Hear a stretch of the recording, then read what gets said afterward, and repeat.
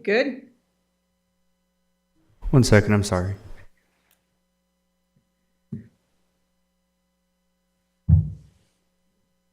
Ready. Thank you, Peter. It's 7:02. I hereby call tonight's Landmarks and Historic Districts Board to order. This is the December 16, 2025 meeting of the Landmarks and Historic Districts Board of the town of Southampton. Present are members Tim Ganettis, Susan Clark, Larry Jones, Jeff Gibbons, Bill Hine, and myself, Stephanie Davis. Absent are Samantha Malone and Vicky Kahn.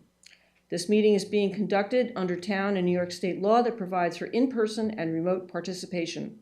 Individuals may undertake remote participation by going to the link on the Landmarks Board agenda or by going to the meeting portal of the Southampton Town Clerk on the town website.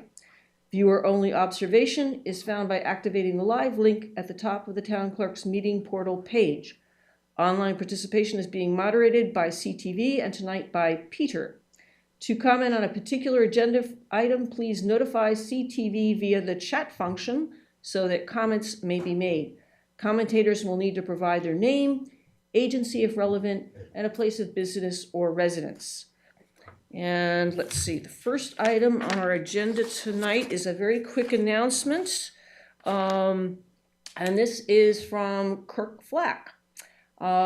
He was enormously grateful to this board for landmarking the Corwin Jones farmhouse, which has just been officially added to the National Register of Historic Places as of December 10 this year. So he wanted to thank us for our efforts on that. I think we wrote a letter in support.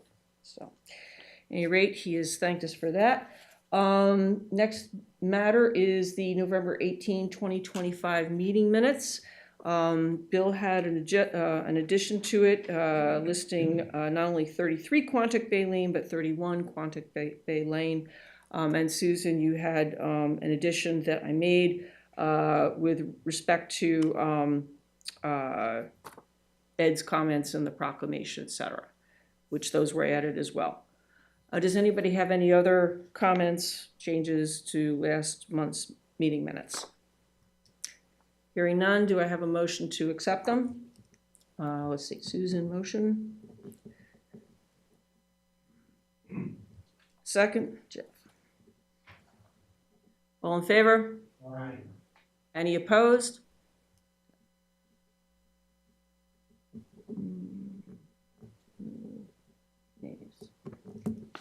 Okay, that deals with the minutes. We've all dealt with our email minutes. We have two guests tonight. The first guest, I believe, is for 12 John Street. So, Bill, are you ready to present this particular application? Thank you. Okay, so this is a construction application to add a small shed dormer on the front of an original historic section of a dwelling and a larger shed dormer on the rear of one of the 1979 additions to the dwelling. It also includes replacing several windows as well as several interior projects. The dwelling AYB is 1791. There was a pre-existing CO issued in 1978, which states the dwelling was built prior to 1957. The framing inside the house shows signs of multiple modifications. The small front dormer is to be added in the second floor bathroom, and the large rear dormer is to be added in the second floor bedroom addition and cannot be seen from the street. The owner reported that the original structure was perhaps moved from the north end of the lot, and also that an extensive renovation took place in 1985. An existing accessory building on the property with an AYB of 1980 is in poor condition and is not included in this application. And there are two recently constructed firewood storage structures located on the northern end of the property and are also not included in this application. Earlier additions to the dwelling were removed and replaced with new extensions in 1979. The framing of the first floor walls in the oldest part of the house, the southwest corner, is rough sawn framing with signs that lath and plaster has been removed. A room may have been removed from the east side of the wall because the markings of the lath and plaster are shown from outside of the footprint of the original structure. So there may have been a wing added or removed from there at some point. There are also heavy timber frames with diagonal braces, Roman numeral markings, and wooden pegs. A corner post has indications of previous mortise and tenon joinery and a hole for a wooden peg. There may have been an earlier diagonal brace in that location. A post was cut off to allow for a door opening below it. In the crawl space, the first floor framing is quartered logs with bark still on them. The ends were chamfered to mortise into the original girders. The owner reported that he believed that this portion of the house was originally on the north section of the lot and was moved to its current location and then added on to. This portion of the house does have, well, actually the entire house has a much more modern poured concrete foundation. 12 John Street is not listed in the Southampton Historic Resources Survey, the AKRF, or the historical profile of the hamlet of Quayog. However, 10 John Street is listed and would have been to the north of the subject property. That lot is now vacant, so it could be the house from that lot was then moved to this lot. 10 John Street is number 18 in the historical profile of hamlet of Quayog. It is the Peace House, this small cottage on the east side of John Street, built about 1900 by Frank L. Peace. He was a painter and sometime chauffeur. The property at 12 John Street is not formally listed in the Southampton Historic Resources Survey, but it is listed under the AKRF other properties evaluated in Quayog. Again, it says the house at 10 John Street is a very small single-story building clad in modern shingle siding with unusually narrow vertical side windows. It appears to have been built in the mid to late 20th century. According to the 2008 Quayog survey, the house was built around 1900 by Frank Peace. According to the tax record, it was built in the 18th century and rebuilt in 1987. The structure appears modern. Additional research would be necessary to confirm its modern origin.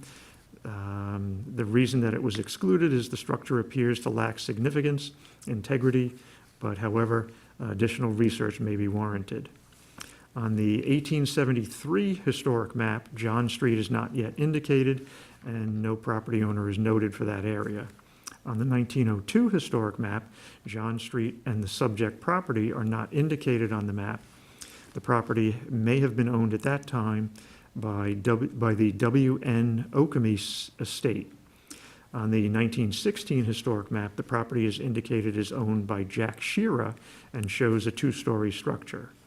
On the 1932 historic map from Bishop, the property continues to be indicated as owned by John G. Shearer, and John Shearer also owned 4 parcels opposite the subject parcel on the west side of John Street. This property does not appear to meet any of the criteria for consideration as a landmark under the Town of Southampton Code. The 1.5-story section of the house is the oldest part of the dwelling, has an AYB of 1791. The front door has been replaced. All of the windows have been replaced some time ago and are now in poor condition and needing replacement again. Some of the windows will be replaced in this project and will be replaced with traditional divided light windows. All of the siding and roofing have previously been replaced. A bay window was added to the south facade. The wing projecting out the rear is a circa 1979 addition. The shed-roofed rear section of the house is a circa 1979 addition on the rear of an earlier addition on the north end of the house. A prefab fireplace was installed with a repurposed mantel from another dwelling. The stairs are covered in carpeting, so the age cannot be determined.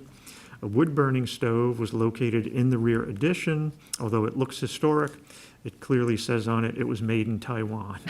A beam runs across the northern addition where the shed roof addition meets the earlier addition on the north end of the house. So when you're under the house, there are, well, we'll start there then. This would be the east wall of the early original mass of the house. But as you can see on some of the studs, you can see where lath and plaster were removed.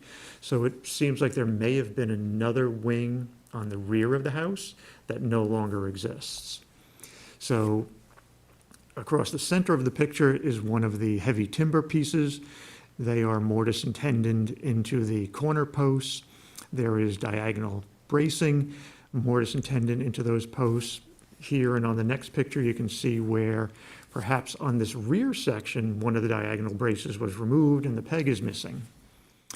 As you look at those pictures, there's a lot of infill of new framing and renovations that were done. The house to the north on 10 John Street was a one-story house. When we look at these photos, that appears to be a second-floor joist, and in the earlier photo, you could see where there were second-floor studs framing a second-floor wall. So it kind of brings up the question whether that was the house on 10 John Street that was moved here, or if it was just an earlier building that was on 12 and moved to this portion. But you can see here, there's a 3 on the stud coming down in the center, a 3 underneath it. Off to the right, there's a V, I guess, for 5, also on the stud beneath it. So everything is marked that way. Under the floor are the quartered logs with the bark still on them. So that's the oldest timbers that I saw in the house. That could have been 1791. Looking at the post and beam and the rough sawn framing in there, I wouldn't think it was 1791. So some of the notations in the Hamlet Heritage Report stating that it might be a mid 19th century house seems to make more sense, that it would be 1850 or so. There's a small shed dormer to be added to the front. It's to enlarge the head height in a bathroom on the second floor. You wouldn't really see it in this photo, it'd be further down. Here on the rear section of that roof will be a larger dormer to increase the head height in the bedroom on the second floor. But this shed portion and the upper portion are both earlier additions. So they're not part of that original frame. Everything in there is more contemporary framing. That looked like it had 3 original window openings on the front with that offset door? Or would you think those window I would think so, but that part of the house hasn't been opened up, so we can't really see the framing to know. It was just where one of the additions met the rear of the house. There was water damage in a portion of that and some things, that wall was opened up so that you could see the framing. Yeah, that's where the location of the dormer on the back will be, and that will not be visible from the street.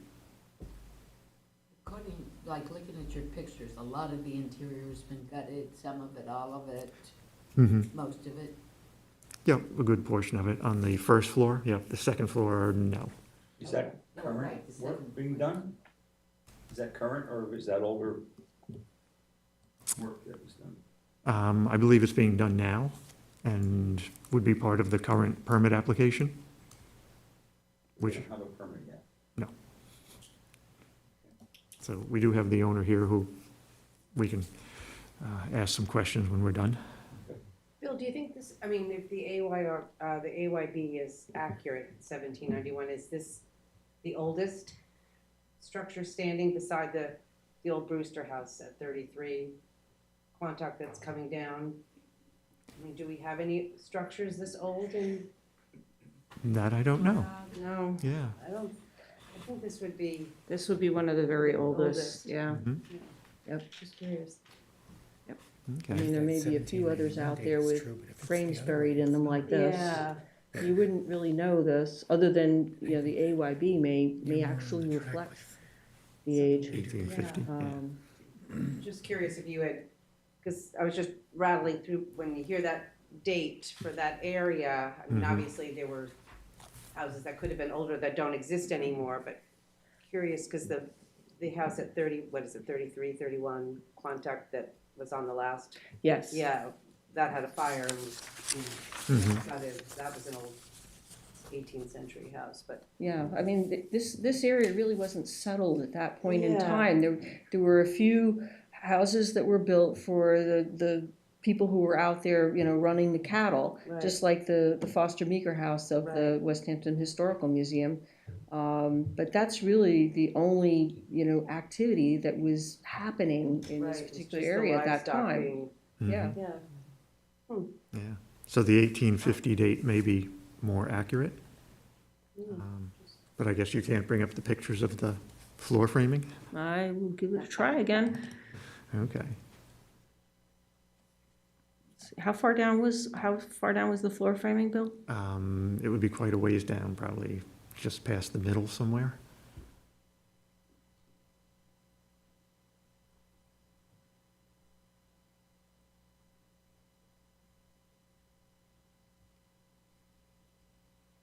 As far down? No, it's coming. Nope, keep going. There. There we go. Okay, There's that. so those are, although it's hard to tell in that picture, they're actually quartered logs, not half with the top flattened off. And then they're sort of mortised into the girder in the center, which then received a helper at some point of some more modern framing. And if you go down, I think another one, yeah, here. The two to the right, those joists have the flat side on them, and that's where you can really tell that they're quartered, not halved. Yeah, because the larger one there looks like it was halved. Mm-hmm. Yeah, but again, when you start to think that the other side is straight up, and they're It's all, like they did half and then they realized, oops, we need a couple Yeah. more in there. but with, with that, you could say, that it's older, but once you get to the upstairs, I didn't see any as marks or anything like that on the framing. So, yeah, 1791 just didn't seem to really fit. So I'm not really sure where that number came from for the AYB. It was unusual to see the Roman numeral markings on sawn lumber like that. I mean, the times that I've seen them, at least in the past, it's always been on timbers like this that Yep. still resemble trees. Mm-hmm. But it may have been a barn or something that the timber frame was repurposed from, and then all of these rough sawn floor joists and studs and things were added later. Could have been. Okay, but we do have the owner architect here, who I guess provided you with Yeah, some drawings. there's some, we can get things to behave themselves here. And if you want to come up, you can take a seat here and, Yeah, which page of your drawings would you like me to show? Why don't shall I go right here? sure. Okay. So, thank you, Bill. You're That welcome. was spectacular, really thorough. You I learned- will get a copy of the report. That would be great. I would really appreciate that. I learned a thing or two having Bill walk around the house. As an architect, the experience is a bit like airing your underwear during a laundry, having your own house looked at by a professional. So I just thought I would say a few words about sort of our history with this house. We were actually living next door since 2000, and we watched this house slide very sadly into disrepair over a long period. And so we bought it actually, to be perfectly honest, as a teardown about 15 years ago, expecting to get no life out of it at all. And we thought we'd captured a big win, and now it turns out it seems to have captured us. We are dearly in love with this house and plan to maintain it and keep it in as good a condition as we possibly can. Obviously, we haven't been great stewards recently, but we hope to turn that around. Am I all good? I can pull this in a little bit. Okay. So yes, as Bill has pointed out, the central mass, maybe if you want to go to about the 4th page. See what we can do here. Yeah, I have trouble, I will tell you, with this Adobe when I'm working on this Grab the system. slider there and drag it down? I Or can't, I can even. it just shuts down on me, Oh, it so. does, okay. But if it's a fourth page, I have to Okay. close out of Can it. if I'm in the call, can I share from my screen?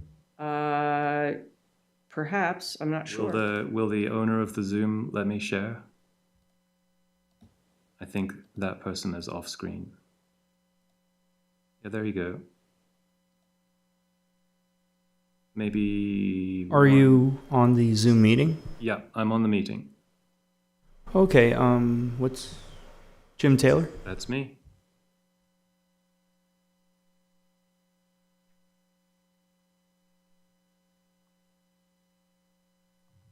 Perfect.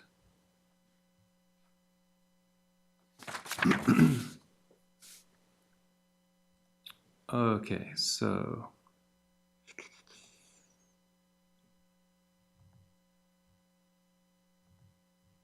All right, sharing my screen. How's that? Did that work?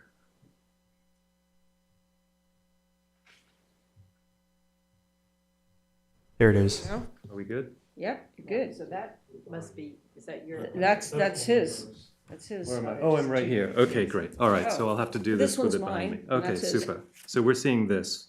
Super, okay. All right, so exactly as Bill said, the picture in the bottom right here shows the central mass. It's the post and beam frame. All of the doors and windows are modern, exactly as you said. There's a mishmash of aluminum sliders and vinyl Andersons and weird spring balance windows. This house was sort of brutalized in the late 70s, early 80s, I believe. We took out the aluminum sliders and ripped them about 10 years ago on the east and north sides of the wing. So I'm just going to zoom into that. Is that doing it? Is that zooming for you? Oh, it's a little no. behind. Oh, there we go, yeah. Okay, so I'll go slow. So you can see in the middle of this picture, the big opening with the two fixed units and the door. That's relatively new. That was the first thing we did, and then we stopped. And then if I pan down to here, you can see from the site diagram, so there's John Street is the little two parallel straight lines on the left, in the center of the image. And then the little pink rectangle is the old part of the house. You can see how the wings were sort of added over time. I'm in total agreement with Bill about the what must have been a salt box at one time, which was then removed because you can see the lath and plaster on the outside of the frame, which is now in our kitchen. Let me go to another page here at the end, and I want to show you the framing plan. Here we go. Pan over here. So what's on the screen right now, you can see they're very small, but there are 6 known or speculative places where there are main posts. Posts 1 and 2, we've seen. 1 I saw when I replaced the front door. I've seen it, it's now covered up again, but it was in there. 2, Bill and I saw after we peeled off the sheetrock from the bathroom hallway there. 3 we saw, 3 was actually cut, I think probably in that 1979 renovation, because you can see it's in where the door would have been. 4 we've seen, that was in the pictures that Bill showed. 5 and 6 I'm guessing at, I'm fairly sure, I mean it's pretty obvious they're there, I just haven't seen them because there's still finishes inside that room. In terms of materials, this is the new slide I wanted to show for the renovation that we propose to have done. How do I zoom out on this? Here we go. Okay, so top left, you can see a picture of the front door, which I replaced. It was a vinyl sort of hollow thing that we replaced, I don't know, 5 or 6 years ago. The shingles look like these are the ones from the 1980s. You can see an area where I patched the 1980s shingles. If you look at the top right of the second picture along, see if I can zoom into that. Oops. Okay, this is tough to do on a laptop. Yeah. One more time. Nope, it's not cooperating. All right, well, you can see where my mouse is. So you can see at the very top where the old shingles are, there's evidence that they were originally stained or painted. What we're proposing is, in fact, what we used for the repair, because I could see there was still fragments of stain on the shingles, so we used a pre-stained shingle. It looks quite new at the beginning, but the stain washes off after about 4 or 5 years, and then it starts to look like the sort of classic Cape Cod gray color that the shingles go. Third image shows an older batch of shingles from the other side of the house where the stain has now begun to wash off, and you can see the gray appearing just down at the butts of the shingles there. All of the exterior hardware will be unlacquered brass. We used a mortise lock on the front door just to get rid of the nasty looking plate. The windows, if I can afford them, I would like to do some really nice ones. There's a company called Architectural Components in Massachusetts who are still making true mortise and tenon windows, which I think even most of the new manufacturers are not doing that. You get finger jointed garbage. There was no meaningful trim left on this house, so we speculated that there was probably an OG with a back band. So that would be second image, middle row. So this is the one good window we have in the house. And then the sill horn just overlaps a little bit and pushes out to the end of the back band. The roof of the 2 new dormers, one of which you can see in the bottom 3 images, would be lead-coated copper. We speculated a lot about the best way to do this. The slope is too low to get shingles on there. We looked at various different metals, and I think that lead-coated is the only one that will actually really go dull over time and get that really kind of non-shiny look. I think a lot of the zinc and painted metal products these days stay shiny for too long. What kind of weight are you using on the lead coat? 20 ounce? Microphone. You know, I got to talk to my builder about that. The sample I have is 20 ounce, and that's another point that, you know, the heavy stuff, I mean, the painted metal is so thin these days. I like the idea of... Usually specify 20 ounce. Right. Larry, you need to have the microphone. Oh. Yeah. Just show him to turn his. Yeah, we usually specify 20 ounce just because of the weight of it. And you know, it has a wash coat, obviously, that's Right. lead coat. And we now prime it and paint it, given a chance to do Because that. the paint will stick. Yeah, it's, we've had some instances where the coatings had little spot places that were missed. In other words, the coating didn't adhere for whatever reason, and it creates a cell, and it rots out the copper like Yeah, crazy. yeah, So eats it. we just paint it all. Paint it all.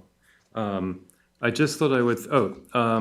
fourth image, middle row on the right. That is not a roof, that's a wall, but it's the same idea. It's a standing seam, lead-coated copper. I have a dimension on the drawings here showing that we're keeping the spacing between the seams quite narrow, because these days they're spacing seams like this, which is metal that just wasn't available, you know, 50, 60 years ago, and so it doesn't look real. And then the bottom 3 images are, I just very quickly put together a model to study whether or not the front dormer would be visible from the street in terms of the roof material. So essentially these are as if you're walking down the street. So from north to south is from left to right. So the middle image, you're now standing opposite the house. There's a gap in the hedge where you can see the front door. And, you know, you probably can see the metal if you look hard enough and if you're tall enough, but you know, the slope of the roof keeps it pretty well hidden. Did I have anything else to say? I think that's it. I just want to address the question of the current state of the house. We did actually begin to do some cosmetic interior work, and we found the shower is leaking, and so we stopped. We have a building permit application in, which I got back last week from the inspector, who says, all good to go, just need landmarks and ARB, which he'll set as conditions. But we're not touching anything. Builder has gone home until we're through this process. Good. Anybody have any questions or issues, observations? I don't see that there's any reason to object to the work that's proposed, Does anybody have any objections or issues with it? No, Bill, would you do the response then? Yes. Thank you.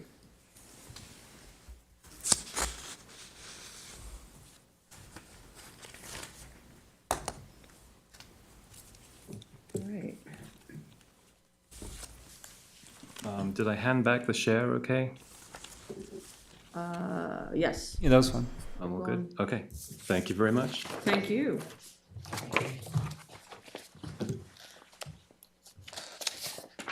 Okay. And next up, we have 11 Walnut Avenue in East Quogue. Just to refresh everybody's memory on this, this is a property for which a landmarking was proposed. The property has now been landmarked. It's been several years because we had an easement process that was also continuing. It was a parallel path model of this. In the interim, between when our recommendation for landmarking was made and while the easement process ground on, there was a building permit issued for a garage building, which is now under construction. This permit, the application was not submitted to the Landmarks Board for review at the time. Building department did not send it to us, and so we are now in the position of having a new garage under construction under a property that is landmarked, but for which an easement has not yet been issued for the facade of the original home. So at this point in time, we need to come to some agreement as to how to proceed with this matter. I am going to show a 3D rendering provided by Lars Fitter, who is homeowner here. This structure on the left is the house that is now landmarked, and for which a facade easement, as I understand, the contract is ready for the three sides of the house, which would be the south side, which is the side of the house, the front side, which faces west, which faces Walnut, and it would be the north side, I believe, as well, which is also at least partially visible from the street. This structure here is the garage building that is under construction. This is the view as if you were down on Walnut Street coming back north, looking at the corner of the property. This is the back view of the house and of the garage building. These sides, the back side and these two sides, will not be visible from the street. So that's point number one. Let me put up some pictures here. This is a front view of the house when it eventually comes up. Oh, here it is, lurking down here. This is a front view of the house taken on the 3rd. So this is straight on the front view of the facade of the house. You can see the garage building, which has now been, it's got a foundation, it's framed, the envelope is there. The windows are not yet in, but they have been ordered. So that is the front. Let me look at the side view. This is a side view taken on Sunday, I believe it was this week.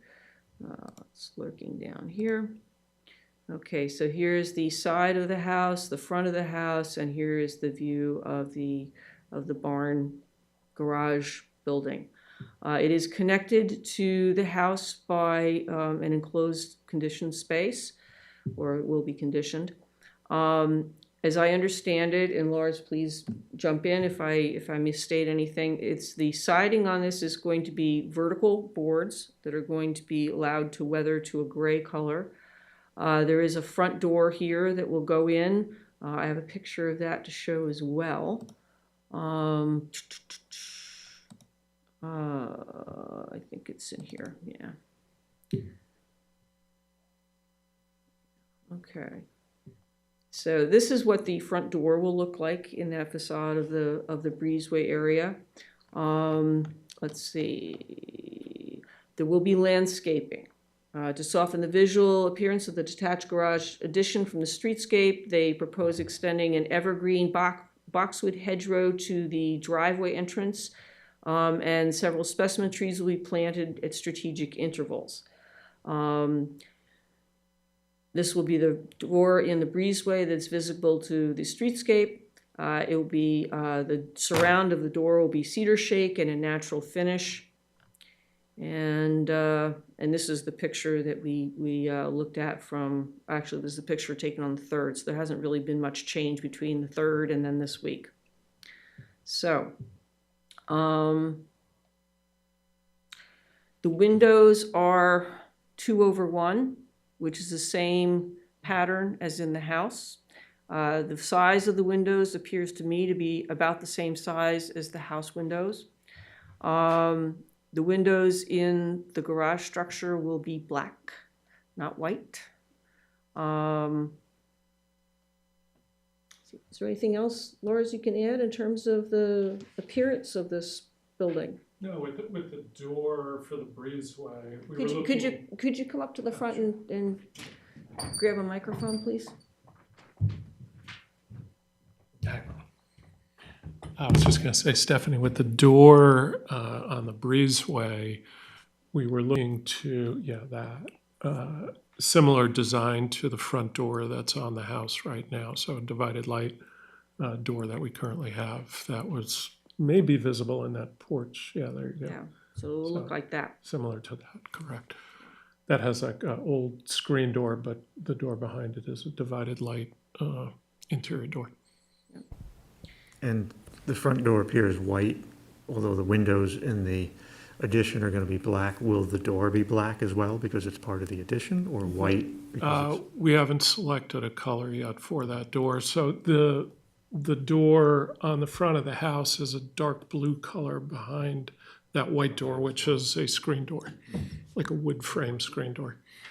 So do you envision painting the, Yeah, it's a paint grade door that could be painted. So if folks feel strongly, I could do the same blue color for the front door or do something else that, would fit the vernacular of the house.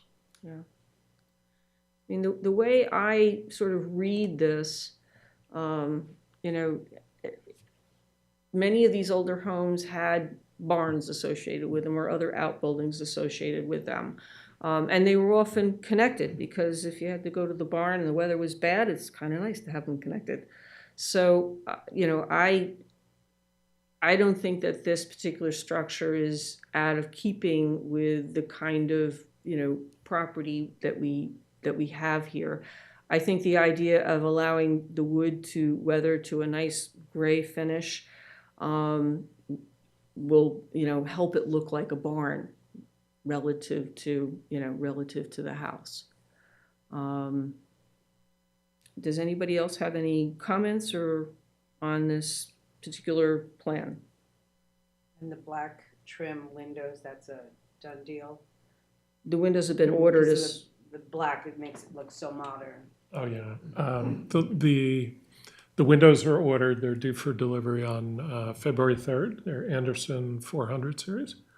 The two windows that face the street side will have the 2/1 configuration.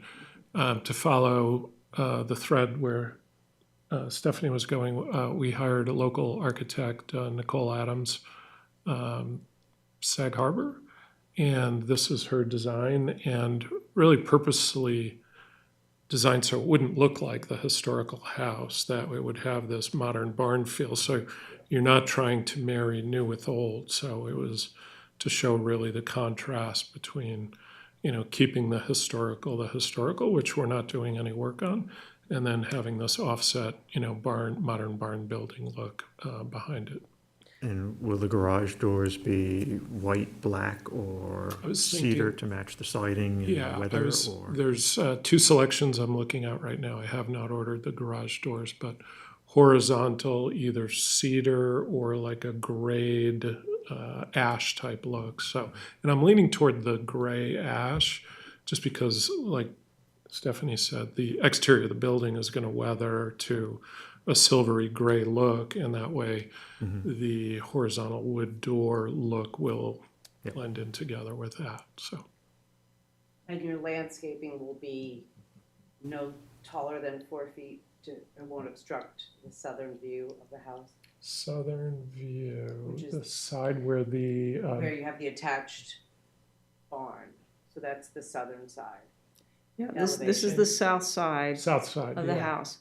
And your facade easement covers the south side of the house, the front of the house, and I assume the And the north, north. and the north side of the house as Three, well. Yeah. Those have to remain visible, and the landscaping that, looking in from the street, can't be more than 4 feet high on the line of sight that looks at those three facades. Oh, okay. That would be, that's in your contract with the historic, for the historic Sure, societies. yeah, I just didn't know the finite details of it. So we were thinking to do what Stephanie and I discussed is in that area between the existing house and where the garage barn will be, in that plot of land you see in this 3D pictorial here, that we would do a couple of specimen trees in that area, so just to fill it in a little bit. But Would if they be deciduous trees where the leaves drop, or evergreens? we haven't selected anything, so I'd be up Would for be any recommendation. better, Yeah, versus an evergreen or something like that. Right. You're taking away the view, and that's what Okay, the easement's about. So okay. right. And you did mention So many people evergreen do boxwood hedgerow Yeah, in the front. to the improved driveway. If it's boxwoods, they're very slow growing, and, you know, they won't take over like privet or some of these other things, make walls of green. So if you go back, I don't know if you want to bring up that photo from the front of the house. There you go. So we planted these boxwoods Yeah, these guys, like 3 years ago, and you're right, they don't grow too fast. And my idea was just to go as high as that little gate that we put in, so yeah. 3.5 feet Yeah. tall. And that, my goal is to just have it go 3.5 feet and across to like where the driveway is. Yeah, they're very slow, and the deer don't touch them. Yeah, we're good. So So they're a winner. just the neighborhood dogs like the peons. So the roof looks like standing seam metal Now, on the new on the new barn? like an architectural asphalt shingle. So. Oh, okay, because it has lines drawn on the drawings as if it were a standing seam roof? Let's see. This here. Yeah, these I lines, think she was thinking that, it would be a standing seam roof. However, the cost of it, I looked at the cost of the metal standing seam roof versus asphalt shingle. Yeah, and the But I asphalt had to shingle put my would be money nicer. elsewhere. Okay. How married to the vertical trim on the side of the window that extends all the way up to the ridge are we? I think that's one of the things that seems out of character. The massing of the garage fits the house, but that emphasis on the verticality just is almost a little disconcerting, where it's almost emphasizing in like a difference of scale, where if that trim were removed and it was just sided cleanly in the vertical board, it would just be much more quiet. And I think a lot of the concerns that people are seeing would like just disappear. So the trim runs like that. Oh, okay. I mean, I understand the building modern, but you're also. It would still be modern because it would be simple. That's just, I see that there's that move on the back, and it's fine on the back, but just on the front, considering you're getting the historic easement for the three sides of the house, that just seems like it's a little bit extra and not really necessary, and it's detracting from the simplicity and modernity of the structure. so you're thinking of essentially these two vertical lines on either side of the, Yeah, windows. assuming that the siding module wasn't chosen with having those be crucial to fit the module, So, just having it extend all the way, it's just a little. so are you saying, It could either it could either stop at the top window head, be eliminated entirely, and just be very like European modern, just very simple. yeah, And I don't think you don't need that extra oomph there. yeah, I get what you're saying. I don't think that's a big deal in my mind. So where the windows are, you're objecting to. Just put them clean in the vertical so siding that's straight weathered, instead of the horizontal that's above and below those correct, windows. correct, and not have that pronounced trim going from the ridge all the way down. You don't need to emphasize that verticality. It's a clean, simple volume. It'll be modern enough, No and problem. it'll just be quiet. Agreed. Okay, all right. And So, if the- so we can eliminate those two vertical lines. Change the trim Just underneath the so windows all the to boards- vertical, so that's singular siding.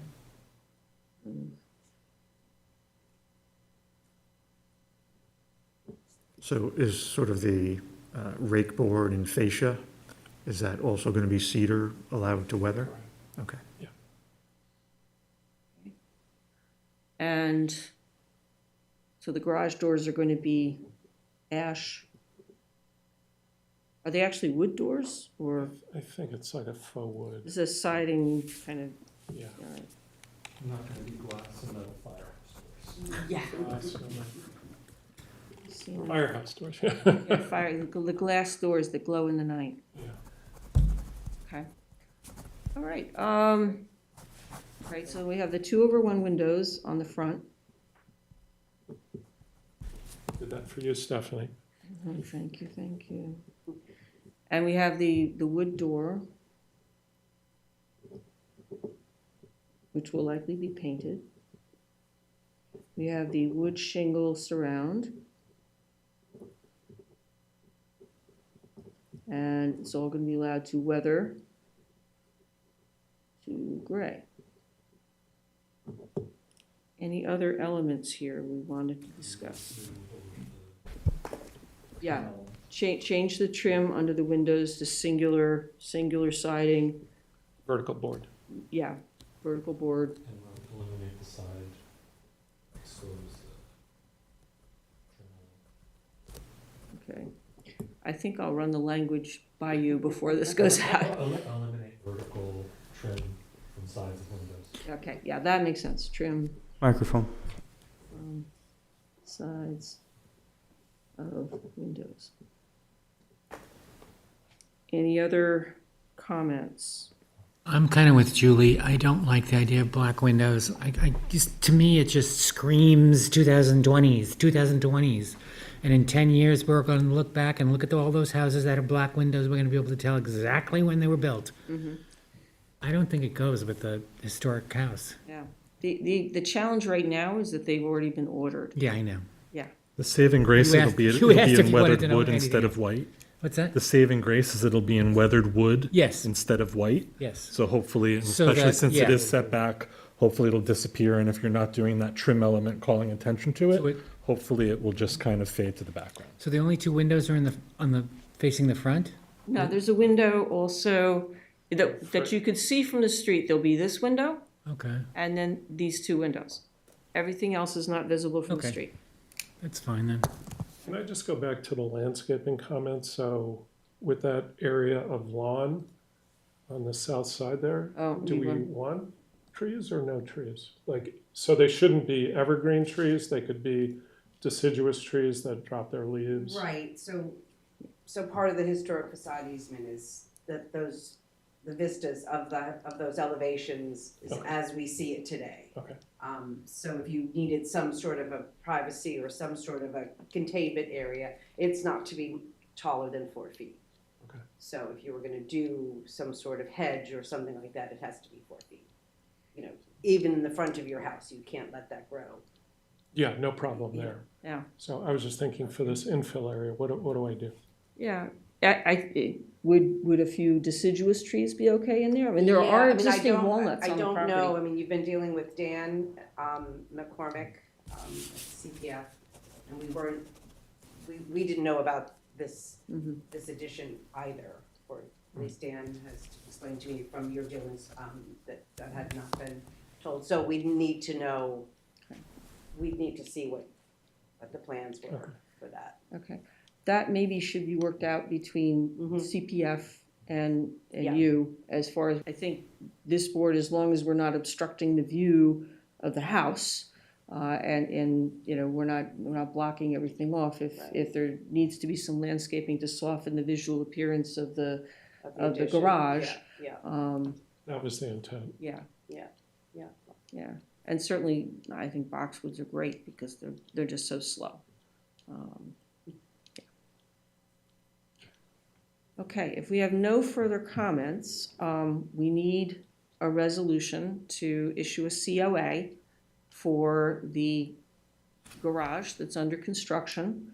The elements of which we are okaying would be the asphalt shingles on the roof, the architectural asphalt shingles, the change to the trim around the two front-facing windows to eliminate the vertical trim from the sides of the windows.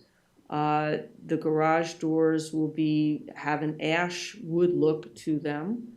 The two windows in the front facing the street will be 2/1 windows, black. The door in the breezeway area connecting the garage to the house will be a wood door with divided lights, and it will be painted some color yet to be determined. And there will be wood shingles in the surround for that door that will be allowed to weather gray. And there will be wood siding on the outside of the garage building that will also be allowed to weather to gray. Any other elements here that we need to cover? Okay. So do we have a resolution to approve a COA for this garage building with those provisions? Okay, I'm seeing a nod. Okay, so we have, okay. Moves. Do we have a second? Susan seconds. All in favor? Aye. Any opposed? Okay. I will draft up a COA, and I'll run it by you, Tim, to make sure I've got the language correct. And then we will issue a COA for the garage building, which should allow the easement process to move forward. And then you can work out your trees with the CPF. Thank you very much. Thank you. Thank you. I'm Julie Green, I'm the town historian. I work with the CPF. so- Okay. Great. Have a nice evening. Thank you, Happy Lars. All right.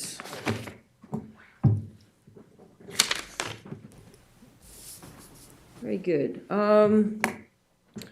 Moving back to our agenda, closing out what we have here. The next matter is 629 Dude Road, West Hampton. This is proposed demolition of an AYB 1935 dwelling.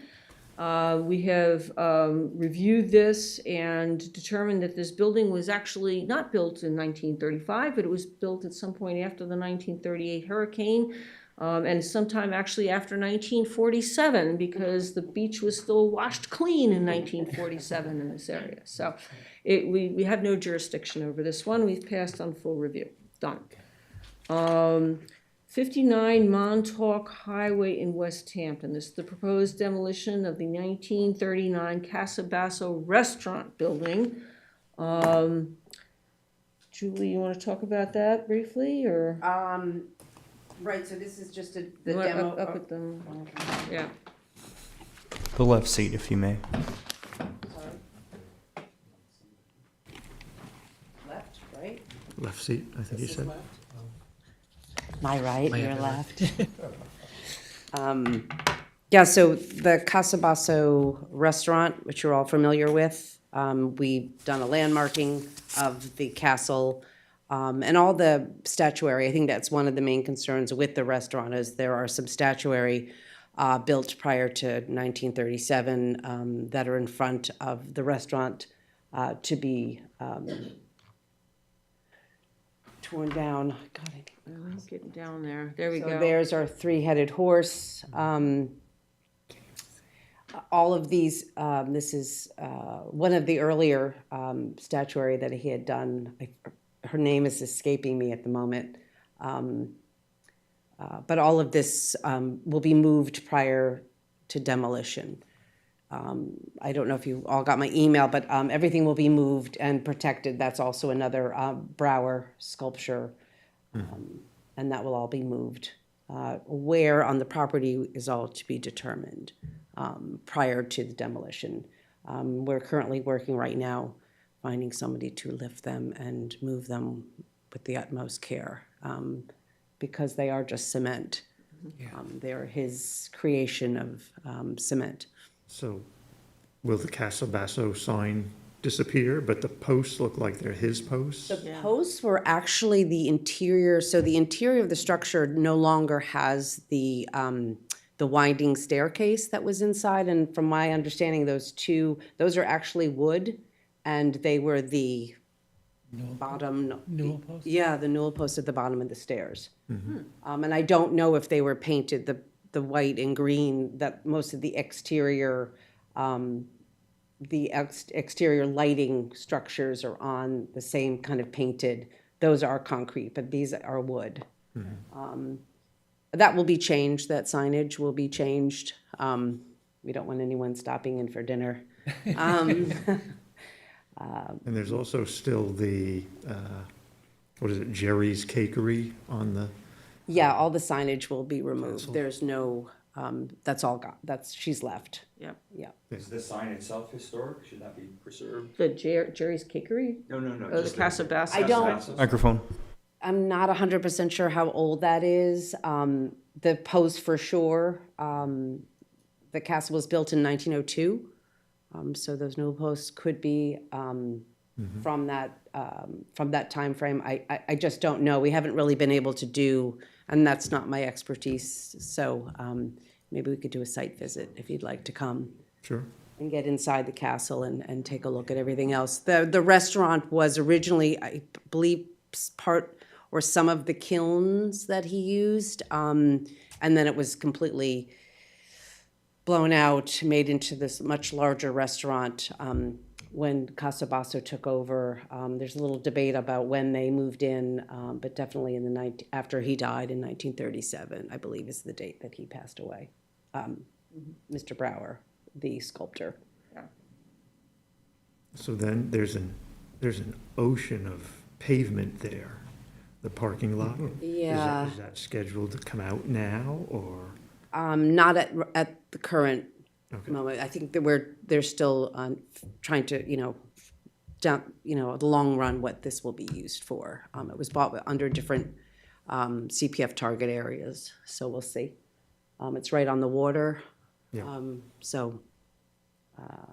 But the castle is being saved, as well as all the statuary. It's all been inventoried. Yeah, There are, there's the parking lot, which is, It's a beauty. yeah, It's a big one. that's a nice Huge. view, right? yeah. Your interior, all the pictures really help, but the interior. Microphone. Enlightening, so that, I mean, to see what, I'd never been in, Yeah. the interior pictures were enlightening, to see what actually, the condition it was in, that helped me. And is But I there- liked, of course, the other ones. Yeah. Is there anything in the In a building that's positive way. worth? No, Because the photos that were submitted looked Yeah. like it was pretty bad inside. I've been in that building when they were having their final sale, selling off of all of their bric-a-brac and everything. It's bad. It is. It's really bad. right, it was quite dated, Yeah, and hasn't really, I don't think it's been updated since it was Renee's. Yeah, Uh, the kitchen was particularly frightening. Frightening, yes. Didn't have the pleasure of dining there, but You have any idea how this fellow sculpted those cement sculptures?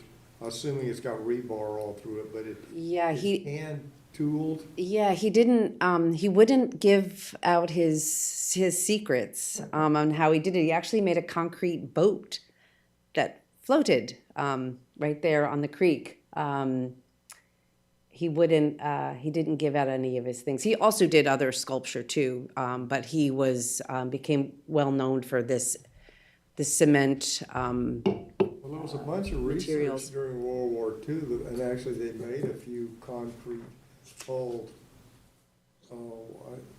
freighters, Uh-huh, like Liberty ships, right. and they didn't work good. They floated okay, they wouldn't hold up to the engine vibration apparently. Oh, interesting. There's a big Yeah, one. these are just little rowboats They're that he was sunk all making. over the place. One of them's in Corpus Christi in the Yeah. bay. They never moved it. Yeah, So- but he's very interesting too.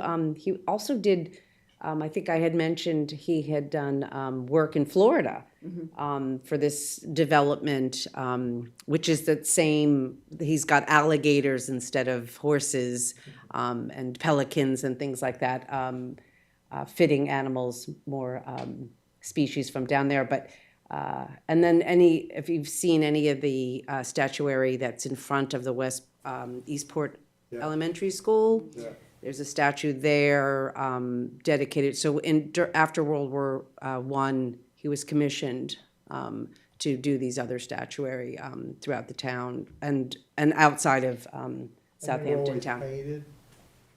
Yeah, Yes, for I the thought majority they of were them glass. were painted.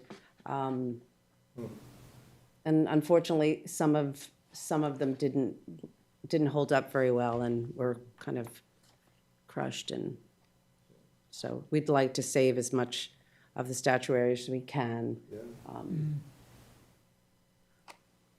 Okay.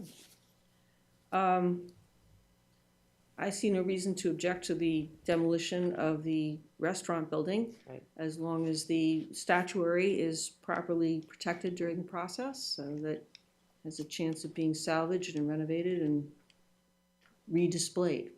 Yes, yes. He had all the statuary originally was all along Montauk Highway, but when back in the 50s, I believe, 60s, they changed the path of the road, so all his statuary had to get moved. But it was, from postcards, it was all along. But we'll try and bring the castle back to its original. They put 3 apartments in that building, took out the staircase, but that'll all be put back together again. Yeah. Okay. We're determining. Yeah. Sometimes these get ahead because time is of the essence to save these structures, and then it's trying to figure out. Yeah. Bill, since you drove out and took the photos, would you mind doing the response? Please. Thank you. Thank you, Julie. Sure. Okay, next application is 54 Hayground Road in Watermill. We are still, I believe, waiting for the construction application for this. We reviewed at the last meeting the demolition application for the front porch. Okay. It'll just stay on until we get the construction application from them. Okay. We've already covered 12 John Street, 159 West Montauk Highway in Hampton Bays. This was for a proposed sign replacement. This is another one after we reviewed it initially. We determined that we did not need to review the sign replacement. It did not fall under our purview, so we have passed on a full review of that one. 20A Ocean View Road in Hampton Bays. This was for renovations for a quite modern accessory structure that's associated with an older house.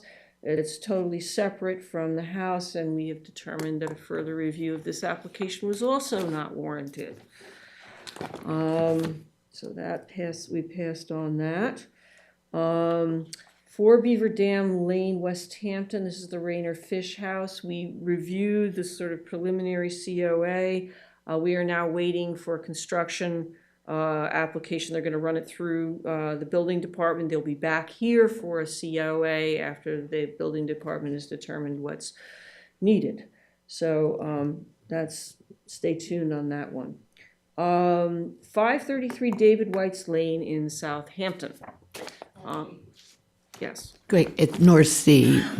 Oh, I'm sorry. Yeah, well, Okay. the application says Southampton, but it is North Sea.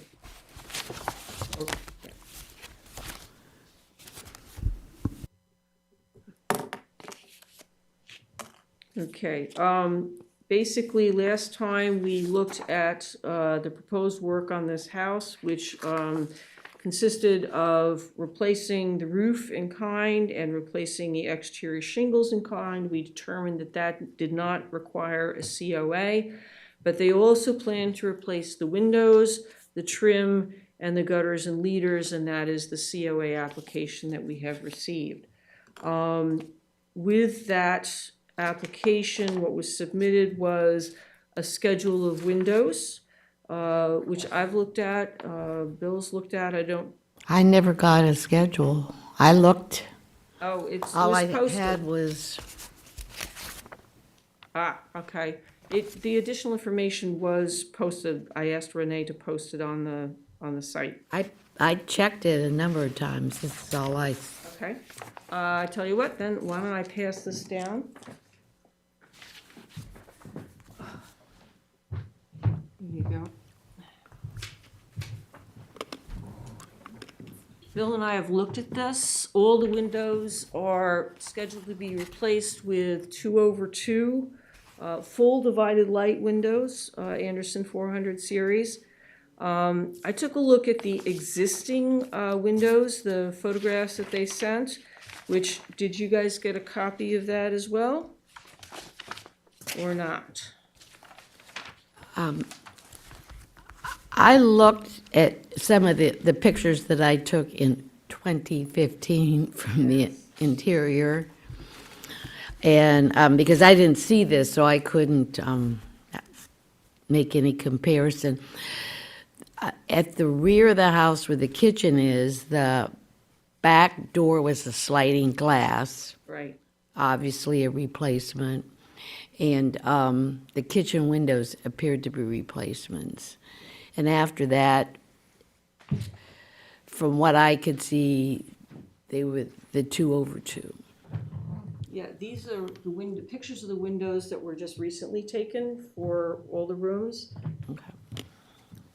If you want to pass those down, they all look to me to be newer windows, not Okay. original 2/2 windows. Okay. And some of them are 1/1s. The plan, as I understand it, is to replace all the windows with 2/2s, which is a better mix than what they have now. And then the door in the back, the sliding glass door, they propose to replace that with a door that has the divided lights in it, which again is more appropriate.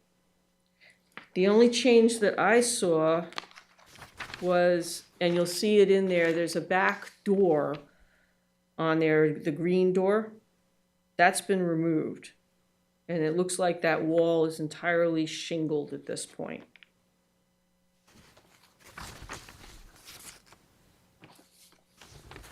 Now, I took a look at the report you did back in 2015 when this Yeah. was landmarked. And you noted in the report that there were a number of replacement windows, but there was nothing in there that said that there were any original windows. Yeah, and that's it. I looked at them, and I don't have a recollection window by window, and Sally would have been there, of course, also. Yeah. But Looking at everything they've submitted, it looks like we should probably issue a COA for these windows, because they are changing some of them from 1/1 to 2/2s.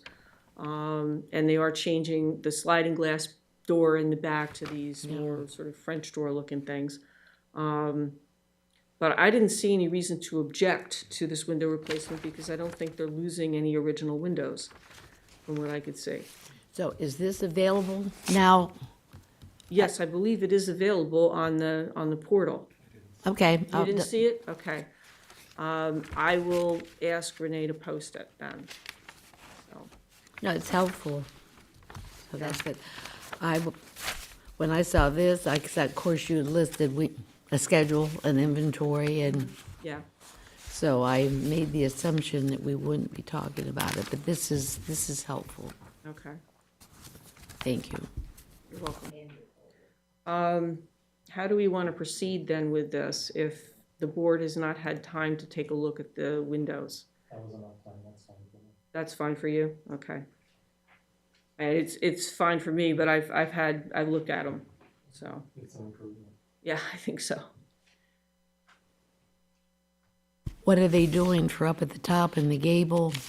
The gable, that's the only one that, the two gable ends, they have a like a 1/1 in there now, and then there's this triangle thing at the top, which I couldn't figure out what the relation, how that was, and I didn't see in that schedule of new windows anything proposed for that triangular area. So my guess is they may fill that in. We could request that be remaining. No, Leave that take out. it out. No, I just wondered what they were. Are they putting a solid one in, do you think, or they just didn't? It's not in the schedule of windows, and they didn't provide an elevation showing what that end would be. Peter, do we have anybody on the Zoom? No one with their hands up, but there is Holly Hale Thompson here, but again, not with Okay. the hand up. Yeah, this would have been Nicole, the architect here. Nicole Adams. Okay, let's see. Yeah. So. Yeah, so here are the exterior photos. Here's the windows that exist now in there, and looking closely at them, they don't look like, old windows. There's these little triangular things, and it looks like it has a little bit of stained glass in there. Either that or it's just a light shining on the wood frame. But that's what these windows look like now in what they're calling the loft. And the window schedule just shows a 2/2 going in here. It's fine. And the little triangle is just staying. I don't think the triangle is staying. Ah. I think it's just going to be square up there, because there's nothing on the window schedule that suggests that this piece is staying, and we don't have an elevation. see anything new to go there in the schedule. No, there's nothing new that I saw either. I mean, it is kind of weird because it's jammed right up against the trim at the top here. It's not, usually those windows are down a little bit and there's like a surround around them. Yeah, I don't think that would have been original. Yeah, It's unique, but it's unique, but it's not, it's probably not authentic to the tenant farmhouse. They look so much smaller from outside. As Yeah, it does. we didn't go up in the attic. I think there was a ladder to access it. Also, did they mention what they were doing with the skylights? Nothing about the skylights mentioned. There are existing skylights in the roof. I mean, the couple there, they keeping them, replacing them? I have no idea. It wasn't something that was mentioned as part of this COA application. Okay. So I think the only thing we can speak to is the window replacement, window trim, and gutters and leaders, which look like they're more or less missing from parts of this house. So I'm not hearing any objections to the proposed replacement of the windows. And I assume that the trim and the gutters and leaders should be fine. Okay, so we'll need a COA for this. Just something to put in the COA might be that the windows should have similar head and side casings and historic sill detail, Should have. because the Anderson windows don't come with that. So what is the wording on that? Windows should have similar head and side Head casings? and side casings and historic sill detail.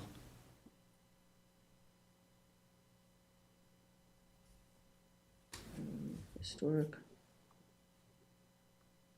So, detail, okay?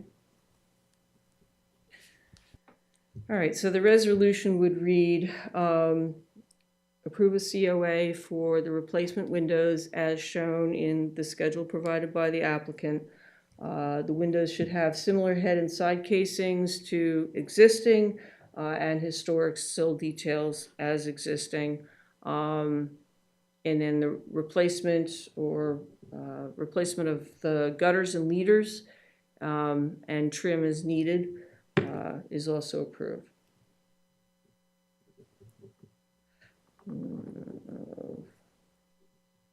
All right. Do I have a motion to approve that resolution?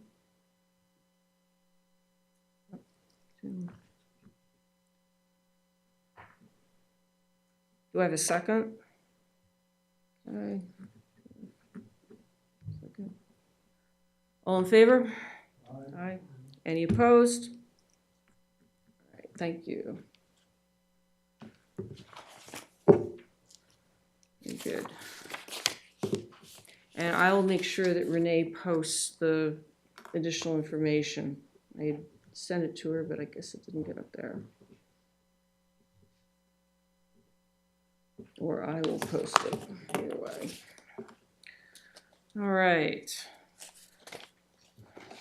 416 Montauk Highway, East Quogue. This was a planning board referral for a subdivision pre-application. The public hearing was on I think the 11th, it's already passed. This was for a 2-lot subdivision. The lot that's not developed historically looked like it had some sort of structure on it, but it was gone long ago and the trees had grown up. The structure on the other side of the lot is not going anywhere. It's in a conforming location, so there's no demolition proposed. So we have responded appropriately to the planning board on that one. And then 136 and 138 Old Country Road in East Quogue. Bill, you looked at this? Yes, so we've reviewed this before. It came to us as a detached garage demolition application. We reviewed that. We had no objection to the demolition. We also looked at it sort of pre-approval for the subdivision and had no objection to that. It's back for final approval, and there don't seem to be any changes from what we have approved in the past, so I felt we should approve it at this time as well. Okay, and we've already made that response. Yes. All right, so that's already done.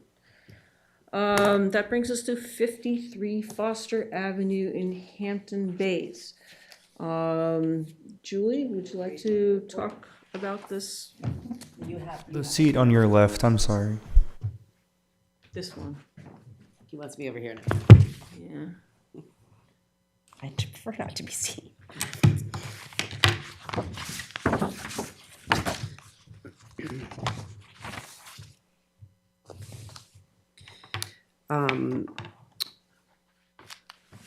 So this was a draft that I prepared after kind of getting Amy Paradise, who came to the last board meeting with all of her deeds and photographs.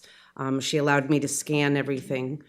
So I have all of that, and I did list all the deeds that she gave the other night. So I have that. That is for anyone to take a look at if ever they need to know the southern end of Ponquag. A lot of stuff. Yes. So the subject property at 53 Foster Avenue is on the south side of Shinnecock Road on the northeast corner of Foster Avenue, as shown in the aerial photo below. That's from 2006. In the area known as Ponquag, the Ponquag settlement is delineated as follows from Bay Avenue south to the U.S. Coast Guard Station, including Shinnecock Road, Lighthouse Road, Wakeman Road, and Foster Avenue. It extends from Ponquag Ave south of Bay Ave east to Shinnecock Bay. Foster Avenue opened around 1860, which is the western side of the property, and is situated north to south and branches off Shinnecock Road near its terminus at Shinnecock Bay. The 1902 Belcher Hyde map has about a half dozen houses scattered along Foster Avenue, and the Foster family owned about almost every house and every parcel. The subject property was overlooked and not identified in the 2014 Southampton Historic Resources Survey, but according to family records, this house was built in the mid-1800s with shipwreck material salvaged from the beach. The residence has an AYB of 1840 in the town records. So these were some exterior, this is the west elevation, the front of the house. Clearly you can see a front porch that was a later addition.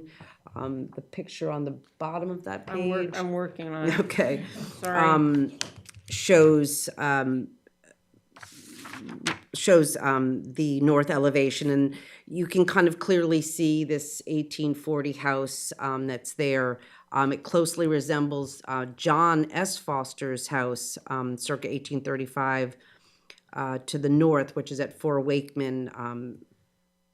So you can see in yellow, I kind of outlined the main section of the house minus the bay window.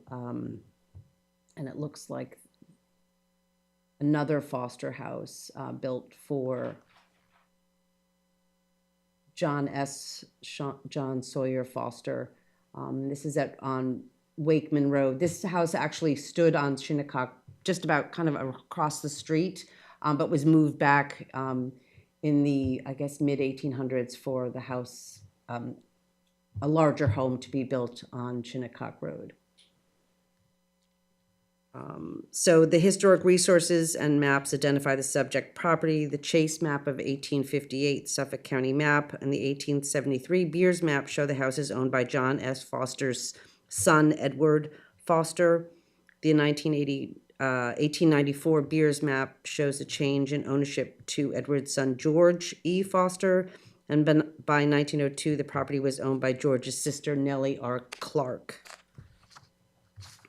So the one thing that's very interesting about this structure, being in the same family, we never see deeds. The house was built hundreds of years, it's in the same family, and we have no deeds. The Foster family were very prolific deed writers. Even if they were selling the property for $5, they wrote a deed, and it passed kind of back and forth between siblings. Which I found quite interesting in the deeds. I'm working on kind of who owned that piece of Ponquag in the original. I don't know if you all know, but we're working on a GIS historic layer on the GIS, which is all the historic divisions that were done throughout the town, starting in the 1650s, when we started dividing up all the land and who got what. So you'll be able to put in your home address, and you'll be able to see what division you belong to, what lot number you are in, and how many acres it was originally. So I was trying to get that for tonight to add to this of who actually owned this piece. It was not the Fosters originally, but the Fosters were early settlers here. So one of the first inhabitants of Ponquag was Wakeman Foster. That's Wakeman Road. That's named for him. It was essentially his driveway from Montauk Highway south to Ponquag. And he descends from Christopher Foster, who came to Southampton town in 1648. And he then is the great-great-grandson of Christopher Foster II, who was a Southampton town clerk from 1710 to 1742. Wakeman lived with his family at Canoe Place, but moved to the south side, as it was called, at Ponquag immediately following the Revolutionary War. There is a photograph of Wakeman's home built roughly around 1800 at 14 Shinnecock Road. This structure burned down in 1832, and the two houses that look very similar to each other, one at 4 Wakeman and the subject property at 53, were built probably around the same time. The 1838 geodetic coastal surveys shows John Foster's house on the south side of Shinnecock Road, but does not show another house. So there's the John Foster. So last time when Amy Paradise was here, she spoke about Alonzo Foster, who was the Civil War veteran who wrote about his family, the Foster family. He is the last son of, I believe she had 16 kids and raised them all in that house. And yeah, quite. So just a little bit from his book, it said about 1800, he, which is Wakeman, removed to Ponquag to a house built under the supervision of Rogers Squires, the timber being cut from the surrounding forest and hewn for beams, rafters, and sills where it fell.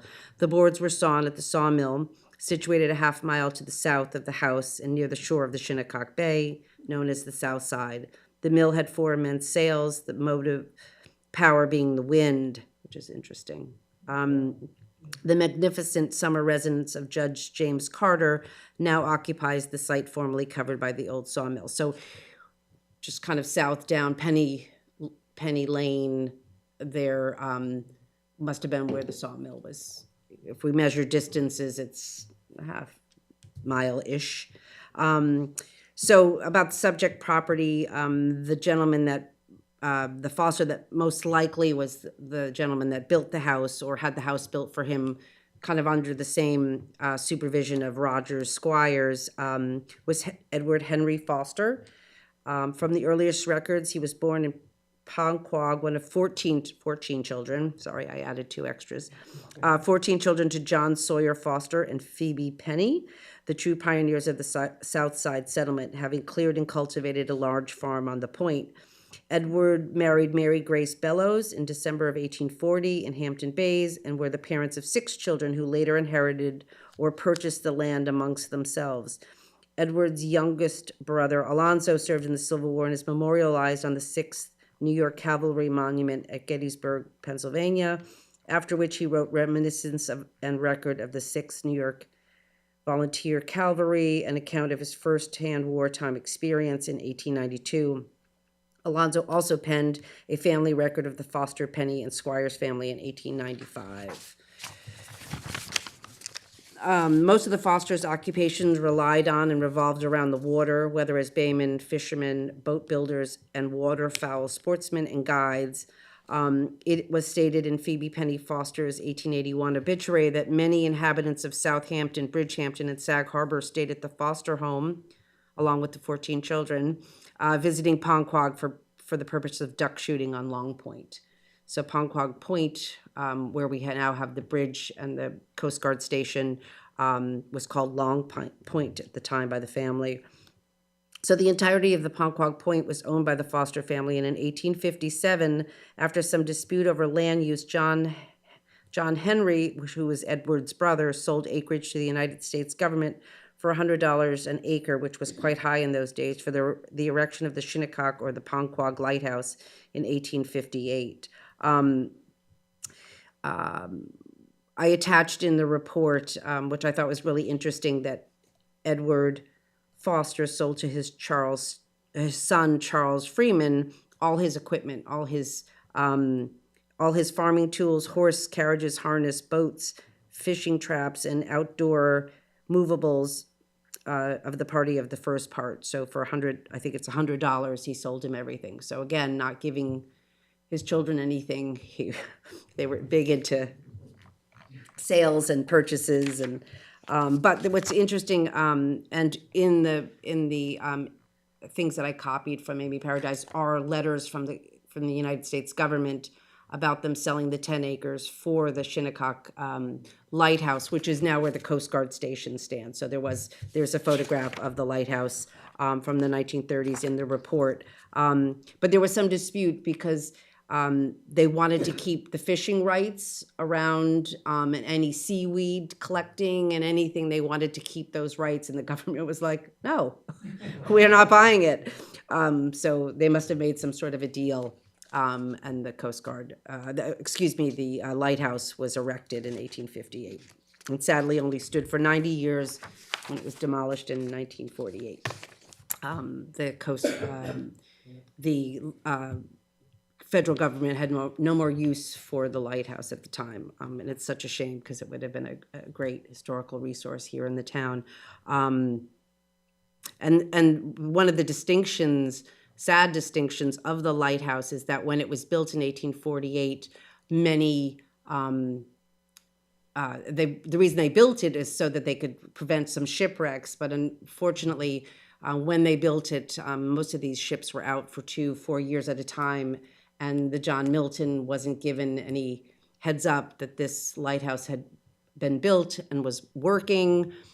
So when they saw it, they thought they were at Montauk, and they took a hard left after the lighthouse and grounded between Bridgehampton and East Hampton, and that's when the town inhabitants really pushed. Now this is 1848, 49, and they were really pushing to get some sort of a more federally sponsored life-saving cruise. So that was really the impetus, the loss of this ship and its crew and passengers really pushed for that. It didn't happen until 1870, but they started it, so it took them a good, quite a bit of time before it was really set up. So there's lots of history to this point, to the erection of the lighthouse, to now the Coast Guard station being there. So the application for this landmark designation of the property is being sponsored, I believe, by the Hampton Bays Historical and Preservation Society, along with Amy Paradise. So this is not being brought by the owners of the property, and it's. I guess if the home was to qualify or be a potential landmark, it would be under criterias A and C, maybe one or both. But as we can kind of go through some of the pictures that follow, it's possible that too much of its historical integrity is gone.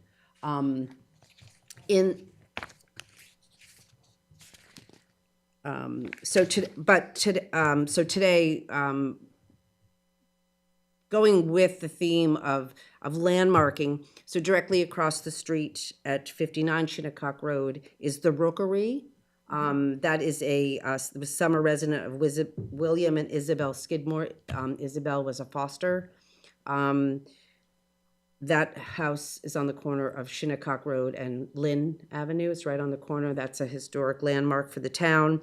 And then the Nathan Penny Foster house, which is Richard Casabianca's house on Wakeman, that is a landmark as well. And we've also spoken to him about doing for Wakeman, which is the complementary house that's also in his family, the Foster family. And there are many other houses on this little strip in this area of Fosterville that would qualify for, in my opinion, for a historic district designation. But that all being said,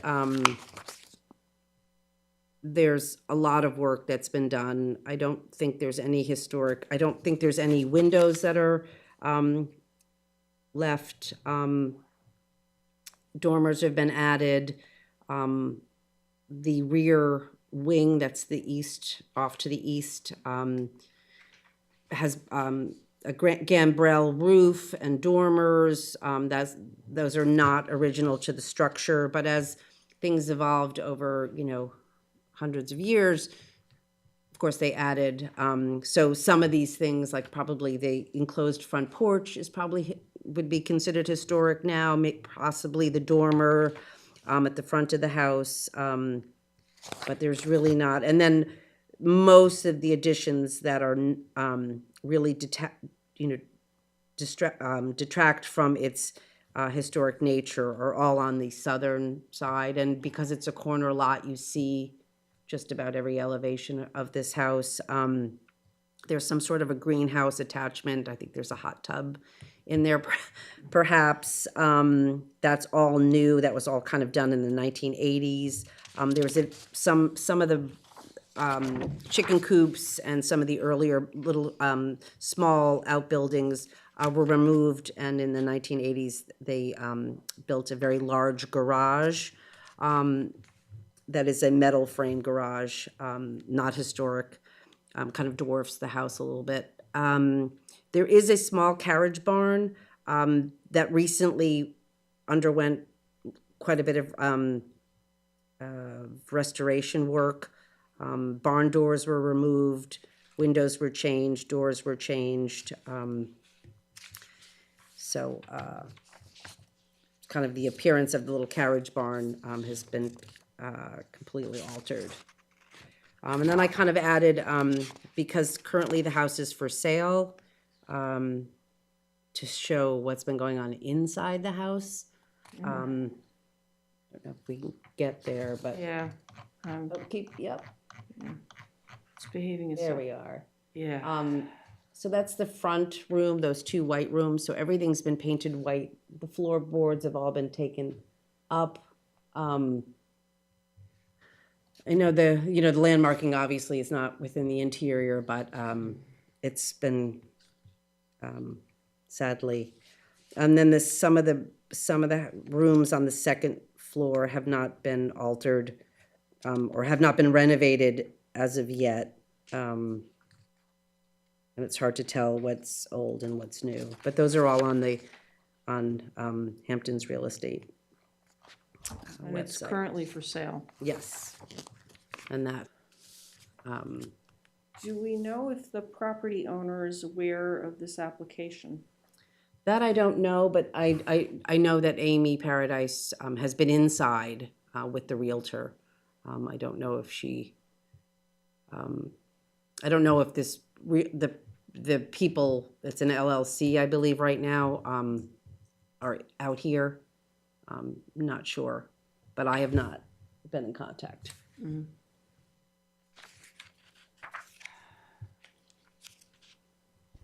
My one comment is just stating the fact that it'd be helpful if we'd get the application for the construction on, I assume the carriage house was built before, Yeah, there doesn't seem to have been any sort of applications, permits. not even a building permit or? Not that I'm aware of. I didn't see anything online. Okay. Then- Yeah. The building department told me they were gonna issue, appearance tickets, but that was a couple weeks ago. To date, nothing's happened. Yeah. So, so this is kind of now that we're a certified local government, but I'm not sure, how you all feel about the structure that's existing. I know that, that the Historical Society and Amy Paradise are keen on protecting this. Rightfully so, but again, I don't know, integrity-wise, what's left here. And it was left off the AKRF because they probably looked at it and had no idea, so. Yeah. Well, it's also, there's a fair amount of shrubbery and trees and things along both streets that Yeah. front on here. So when, when I come down and go to the beach, You don't see you it. don't see it. Yeah. It's pretty obscured. Yeah, you see a little bit headed north on Foster, but what you see is the garage. Yeah, Yeah. that lovely garage. What's that? Morton Building, that's like the company that makes all those steel, Yeah, Yeah. right, for horse barns. yeah. Just for the record, from what I understand, AKRF did have the list of all the AYBs, so they would have known it was there, There. in a sense. I think the only ones that they may not have known is if they had the AYB and they were obscured someplace Right. and they couldn't see it. Right, that's, I'm not sure, and I don't know what the criteria back in 2014 for that Well, survey. then I think some of it had to do with follow-up with anybody local in Hampton Bays with the AKRF, and at that time, there may not have been a local person Really to say, covering oh, Hampton Bays. to go through it with the fine-tooth comb to get something. Yeah, So so some got listed if there was somebody locally on our board. Right. Researching it and trying to get it on, but if there wasn't a push. Yeah. But it would have been visible to them and they would have. yeah, it's really hard to see the house. I mean, I Okay. had to kind of, Okay, gotcha. Yeah, it is difficult to see. It has a very rich history, with its associations with, the development of the Ponquag area and the Foster family in Hampton Bays, and that's wonderful. And the original volume is still in there, although it's buried by later editions. And I don't know how much original historic fabric is left that's visible to the public. I mean, it's still got a shingled exterior. But the windows look like they're all replacements, and you've got the bay window added, et cetera. So Right. it's really a shame that the historic integrity has been compromised. I mean, but with that said, many of these older buildings did have additions put Yep. on over time as families grew, et cetera. Yep. So, Yeah, I mean, if this house was built in 1840, as the AYB states, it was in the Foster family for 225 years. well, 1840, it left, 1840, it left the Oh, Foster family in 1960s, so it'd be 120 years. 120, yeah, 120 years. right. I added extra. Yeah. It seems like with histories like this, even though the buildings become obscure by all the alterations and coverings, it seems like there ought to be a way to preserve these structures and highlight what the building used to look like in an attempt to encourage someone else who comes along now or later and wants to buy the property, perhaps to go back and Put it back. back towards what it used to be, Right. even though you'll end up with, other than interior framing or something, you'll have no original parts. Right. It's But hard you- to see, especially since they painted all those Yeah. and they almost look too perfect. I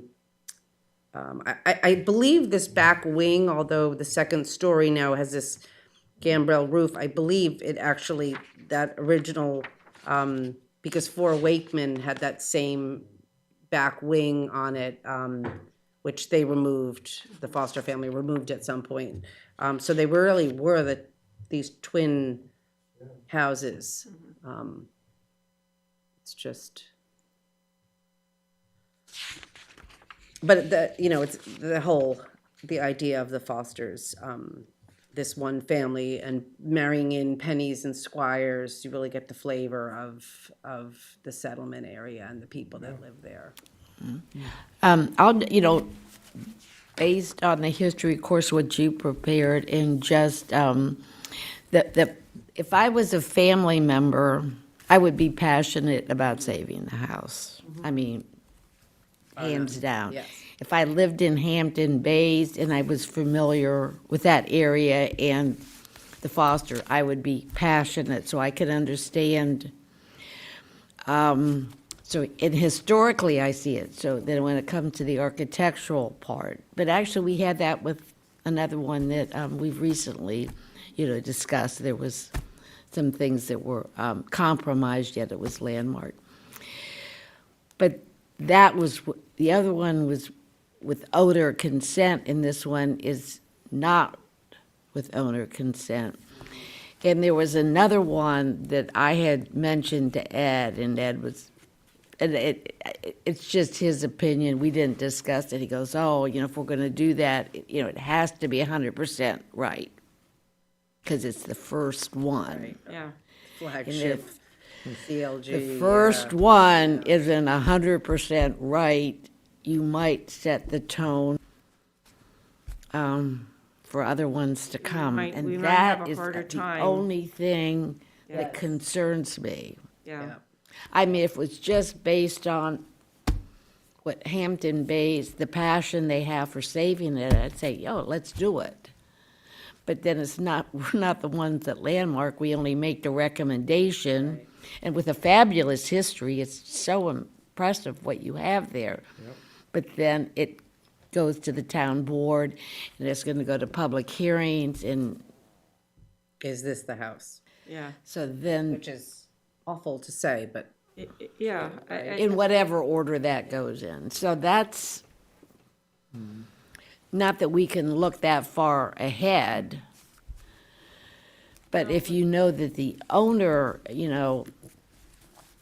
is passionate about landmarking it, even though they have it for sale, then you would be, oh, well, that would be, If not passionate, at least indifferent. Yeah. You know, we have like 439 Hayground, is it 439 Hayground? Landmarking that so that it's, the owner is selling it, but wants that house to be saved and protected, even though there may be something built on the property that, yeah, this is not with consent. Yeah. Yep. I think they, you know, it seems to me that they did a little bit of work and then just have now just, I'm not sure what the motivation is. I shouldn't say, because I don't know. when I first, I think, saw the application, I looked at whatever pictures I could find in GIS, I was like, you know what, I think they were showing the renovated carriage house or something. I'm like, what is this? Because I wasn't familiar with that area. Mm-hmm. But then, you know, based on what was presented to us by Amy and what you've researched, of course, there's so many connections there. It's really impressive. So that's Yep. makes it more difficult. I mean, because there's a lot there. So. How visible is that south elevation with the greenhouse from? That's really the only thing you can really get a view of. Okay, Yeah. yeah. And this is not one where we could direct them to cut down the hedgerow. Right. No. So that the more appropriately historic aspects of the house could be seen. Yeah. Yeah, this is a hard one because it has such a great history and such a great connection with Hampton Bays. But if we don't know what the owner's thoughts would be about this. Right. And It doesn't, I mean, just from the work that they did on the carriage barn, doesn't seem that they're in interested. tune with the historical nature of Yeah. the property. That's just, you know. Maybe the appearance ticket will help. What was that? Oh, it's just the cost of doing business. You hear one of my little house and Yeah, I don't mean, I guess I don't mean, as I was trying to say, if there was a property that came to us, it's not this one, it's located, let's just say Bridgehampton, well, you're already landmark, but anyways, it's in a non-landmark district, and somebody's going to demolish a house that is very visible, very well-known, and it's causing public outrage, Yes. because that house is going to be torn down. And we are able to landmark it and knowing that we're going to have a flood of people, demanding that it be saved. And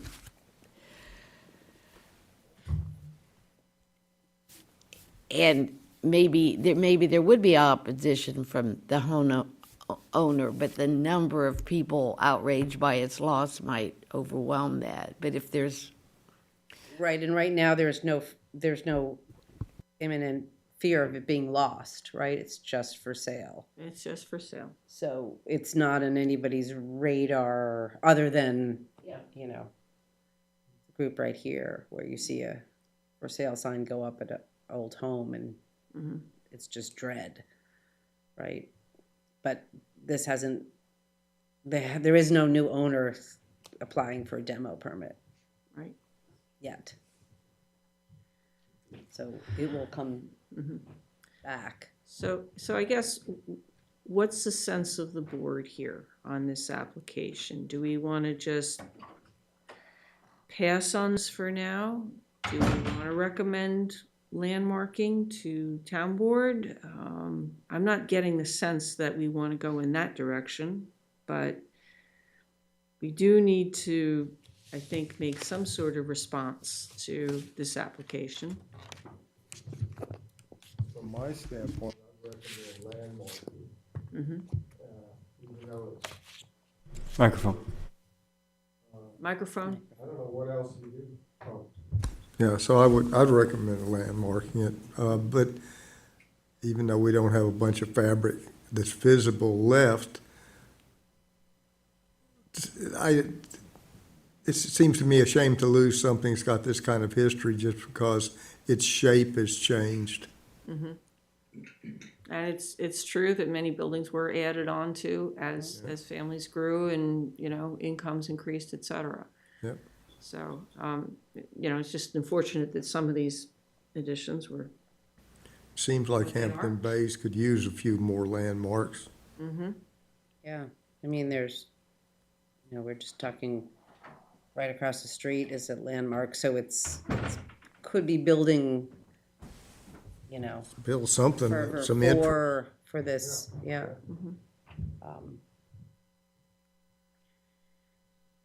Any other points of view here, or support, or? Landmark that or not? I'd like to go see it. Should we all be potential buyers? No, I'm not. No, I mean, go in with the realtor. No. I'd like to see. Unfortunately, a month and a half ago, I Microphone. lost my glasses. Microphone. I lost my glasses, and I can't see a damn thing. And of course, I called the doctor, and the doctor couldn't see me till after Christmas. Couldn't see. So, yeah, right. So you can't see. Very good, Julie. All right. They couldn't see me because I Okay, couldn't see so, them. I get a so little jury's, punchy at jury's this out in hour. your point. Okay, jury's out. Jury's out. Yeah. Bill, what are your thoughts on this one? So, is there any possibility that we can go there and look at it, or because it's for sale and we're It's not for working sale, I for mean, it, I think it's asking the realtor to take a peek. Yeah. It doesn't seem like there's anybody living in the house, Mhm. yeah, So if there's nobody living in the house, you could just stop by and look. yeah. Right, I mean, I always like to get into the basement or the crawl space and look up and see what the framing looks like, and get into the attic and see, and then try and disassemble the building. When was what part added on to, and where is This the was the house original? whisperer, detective. From the photos, that link that's in the report, for the sale of the house, there are a lot more pictures. I just chose, but I don't know how many showed any of the underbelly, so to speak, or if anything's exposed to get a look, Right. online. So it would have to be something, maybe we could set that up and have a visit. Yeah, Okay, yeah, Online I'm for, already by the realtor? Yeah, yeah. yeah, those Yeah, it's online. photos are, And in fact, it was in the paper, I think, this last week. I saw it advertised. yeah, they just do the aerial Yeah. Might Yeah, miss this yeah. far away. cutout of the property. yeah, so I'm for postponing it till we could just Yeah, do a little more research and figure out how much of the original house is really perceivable through what Yeah. looks like layers and layers of Right, because that one additions. photo of the white rafters, I think that's where when you walk in. Yeah. And then there's the little staircase, yeah. Well, maybe, like some, no, I shouldn't say, because I can't see. I was gonna say, it looked like a used car dealership. Yeah, it's like a showroom. Showroom. Yeah, Yeah. yeah. And on the, I guess the eastern edition, which is the back of the house, the gambrel, like that's all white with fans and, yeah. I didn't, so. again, but- it's really not the inside, though, other No, than, but the historical elements yeah. of the I don't know what's left. Yeah. Yeah. Well, if we can take a look at the basement or the attic, we might see if any of those ship spars are still there. Yeah. Yeah. Because that's another really interesting thing. The family, Amy has said that those were, found on the beach. So there may be boards and things that are something we've not seen. Yeah, maybe don't have Roman numerals, but have some other. Yeah. Yeah, just coincidentally, my house was built in the 60s, early 60s. But he put in real storms and screens, the old-fashioned kind, and everything was carved 1, 2, 3, IV, V, VII. to go, to which window it went to. Oh, so they were using the same technique? Yes. That's great. Yeah. Okay, so we will postpone a recommendation one way or the other on this till we have had a chance for at least one of us to go. Now, if we go make a road trip with a Realtor, the potential landmarking discussion here may become more evident. You don't want to say that. What kind of pushback do you get from a realtor? I don't think I've had any experience with this. When a house is up, property's up for sale, what kind of pushback do you get from them being nervous about us coming to have a look? Well, I don't think this is the first time that I'm aware of. Oh, I get calls all the time from realtors about what's the age of this house, but and I'm always curious what angle they want yeah, to that's what I was hear. wondering. But, I think they try and sell it as this old historic home and Oh, it's okay. lovely and wonderful, and then tunes change when, And the wood came from the beach, and from a wreck. That adds more I've to the heard that, story. I've heard that from Yeah. about 20 houses, people Right. have said that, which could be true, but, you don't, one thing about ship's timbers is none of them tend to be straight. straight. So, you see a bunch of straight timbers. I know, Yeah. I'm like, oh, so we have like a hole-shaped room. Yeah. Yeah. Okay, so, somebody here, maybe Bill, to see if you can contact the Realtor and have a visit. Yeah, I'd be interested to go look at it. Yeah, I'm happy. Here we go. Yeah. Oh, sure. All right. 116 Montauk Highway, West Hampton. All right. This is the Methodist Church building in the original area of Union Place. 16. All right. Let's see, we have some. All right, I'll talk a little bit about the history, and then Bill will talk a little bit about the photographs, of which there are many, many photographs of this beautiful building. This is actually the third church building that existed at this property. The first church building was built in 1832. And we have actually a picture in the report of this building. That's what it looked like. And actually, the original one didn't even have the steeple on it. The steeple and the bell tower were added later. This was for the first Methodist congregation in the West Hampton area. The church was founded by Reverend Ezra Jagger, and the property was donated by his father, Deacon Cephas Jagger. And this area was like Jaggerland here. There were many, many Jagger families. Yeah, Jaggerland.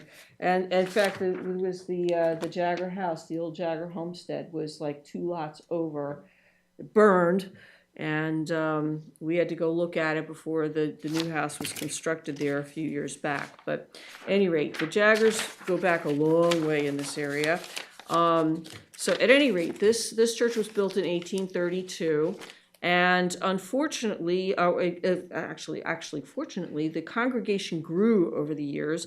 And by 1905, it was too small for the congregation. They decided a new, larger church was needed. And so they built one. A groundbreaking took place in December 1905, and it was finished in 1906. And the people associated with it were local. There was an architect, Leonard Bishop, and the construction was by E.O. Fordham of Fordham's Mill, which is right down the road here, another town landmark, the first town landmark. A new parsonage was built next to the building. Okay, this is crapping out once again. I'm gonna reboot you. Here it goes.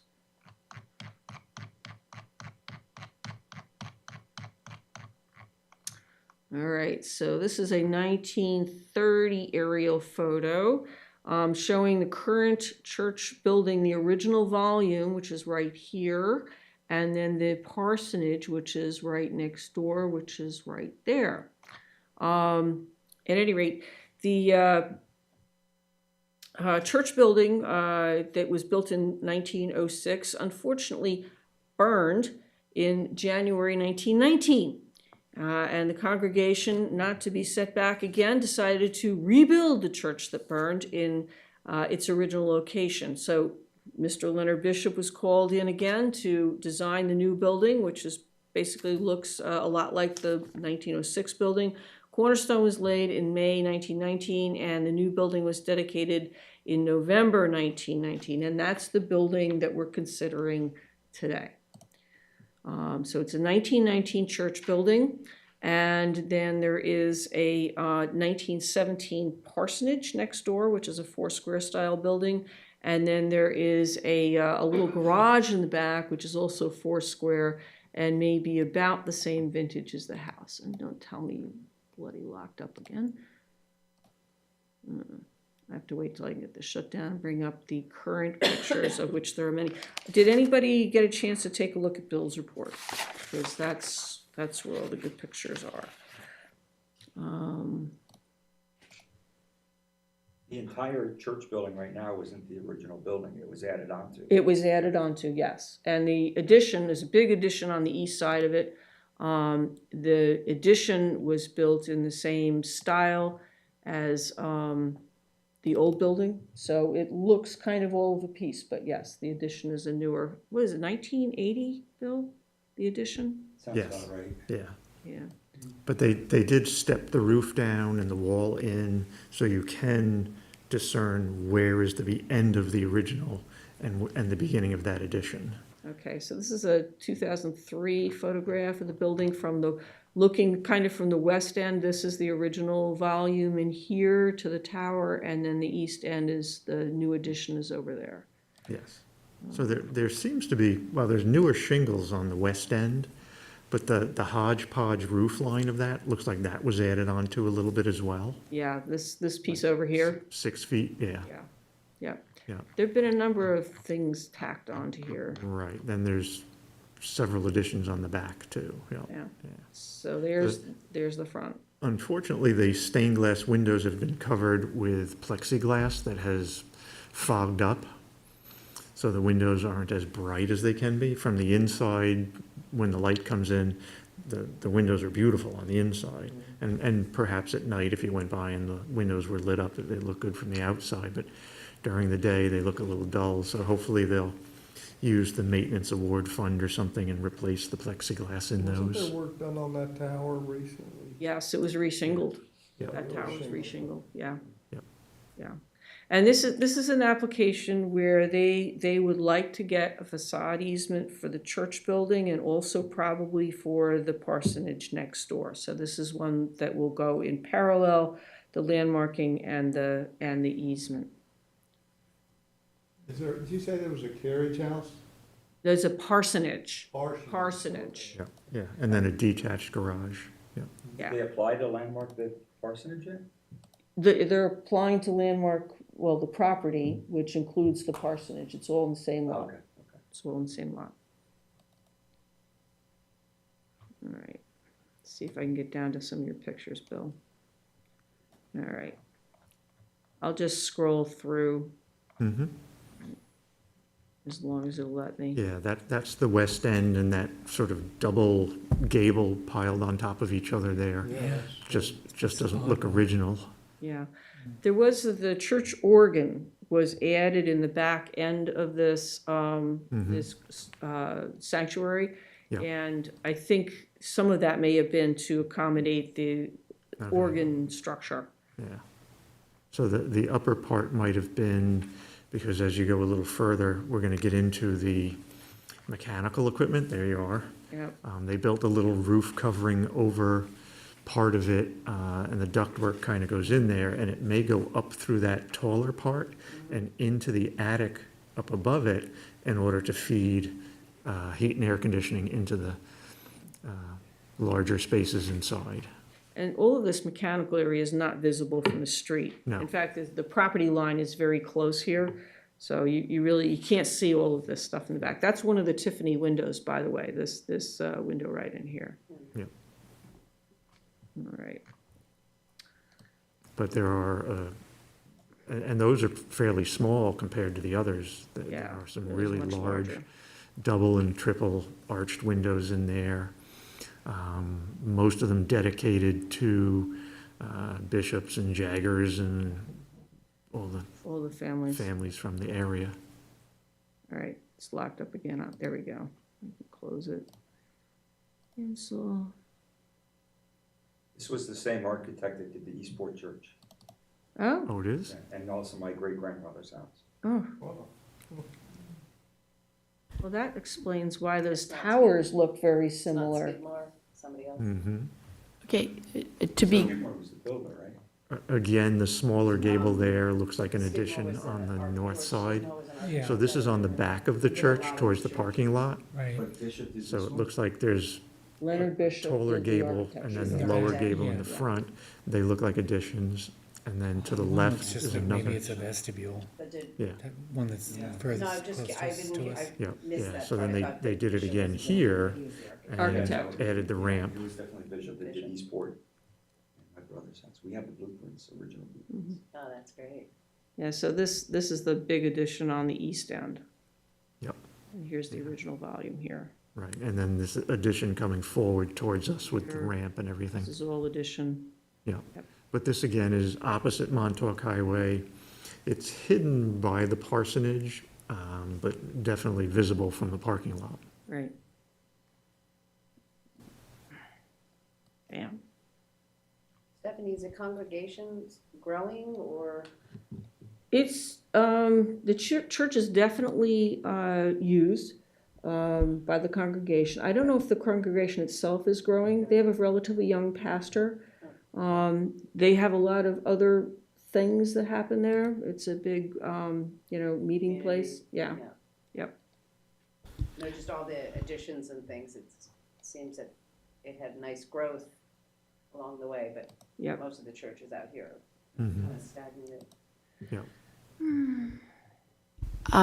to be clear, the proposals to landmark just the church, the entire property. The property, which, includes the church, the Okay. parsonage, and there's this little garage. Because there was some confusion for me on, well, the other one we discussed, but that was 10 years ago that we didn't, it mentions property, we didn't specify it. There was another building on the property that wasn't landmarked, so David made the assessment. It's very important to specify if it's the property or the buildings. Yes. If you're gonna do the property here, then I think you need to make some finding that the parsonage is historic as well. Yeah, well, I think that they would like to find the parsonage historic because they're considering a facade easement on that as well. Okay. Or they would like the ability to consider that. I think the garage structure at this point, I don't know, it's had some changes to it. right. There was a small addition on the back with a shed roof. Yeah. The garage doors are typical vinyl or whatever doors, not very attractive. Yeah, I mean, the only thing that really remains of that is its sort of four-square form. Yes. Yeah, Yep. so, And I'll just say this, because in comparison, there's one that we did not end up having the ability to landmark in Watermill, and a large house was built behind it. And I can remember when I think Sally did that map, there was a little shaded area that just included the 1700s house, the small one. So I can remember that being different, like not the property, just the house. So I'm just thinking to make sure that it's clear that yeah. Well, like 10 years down the road. well, it goes with the property, as I understand, but we would designate the church and the parsonage as contributing, correct? Or no? You could look at it that way, as it's a small historic district. The property is a historic district, I guess. Okay. if you're gonna do contributing structures. Or we would just landmark the church and the parsonage, and not the garage. Right. Yeah. And then if they need an auditorium behind there, no. No, there's nothing else. That's the only three structures. And these are the light poles in the front. No, but if you landmark the property, then you get into the issue of, well, now building a new building on the property needs a COA. Right. If you just landmark the buildings and you're not touching those buildings, and you're building a detached structure, you don't need a COA for that new structure. Okay. So then we would just landmark the two buildings, I think, in this case. Okay. Just the case. They want to do something. They don't have any plans, at least when we asked them about it, they don't have any plans for additions or new buildings or whatever, but things could change. All right. So there's the organ inside the sanctuary, the two Tiffany windows on either side.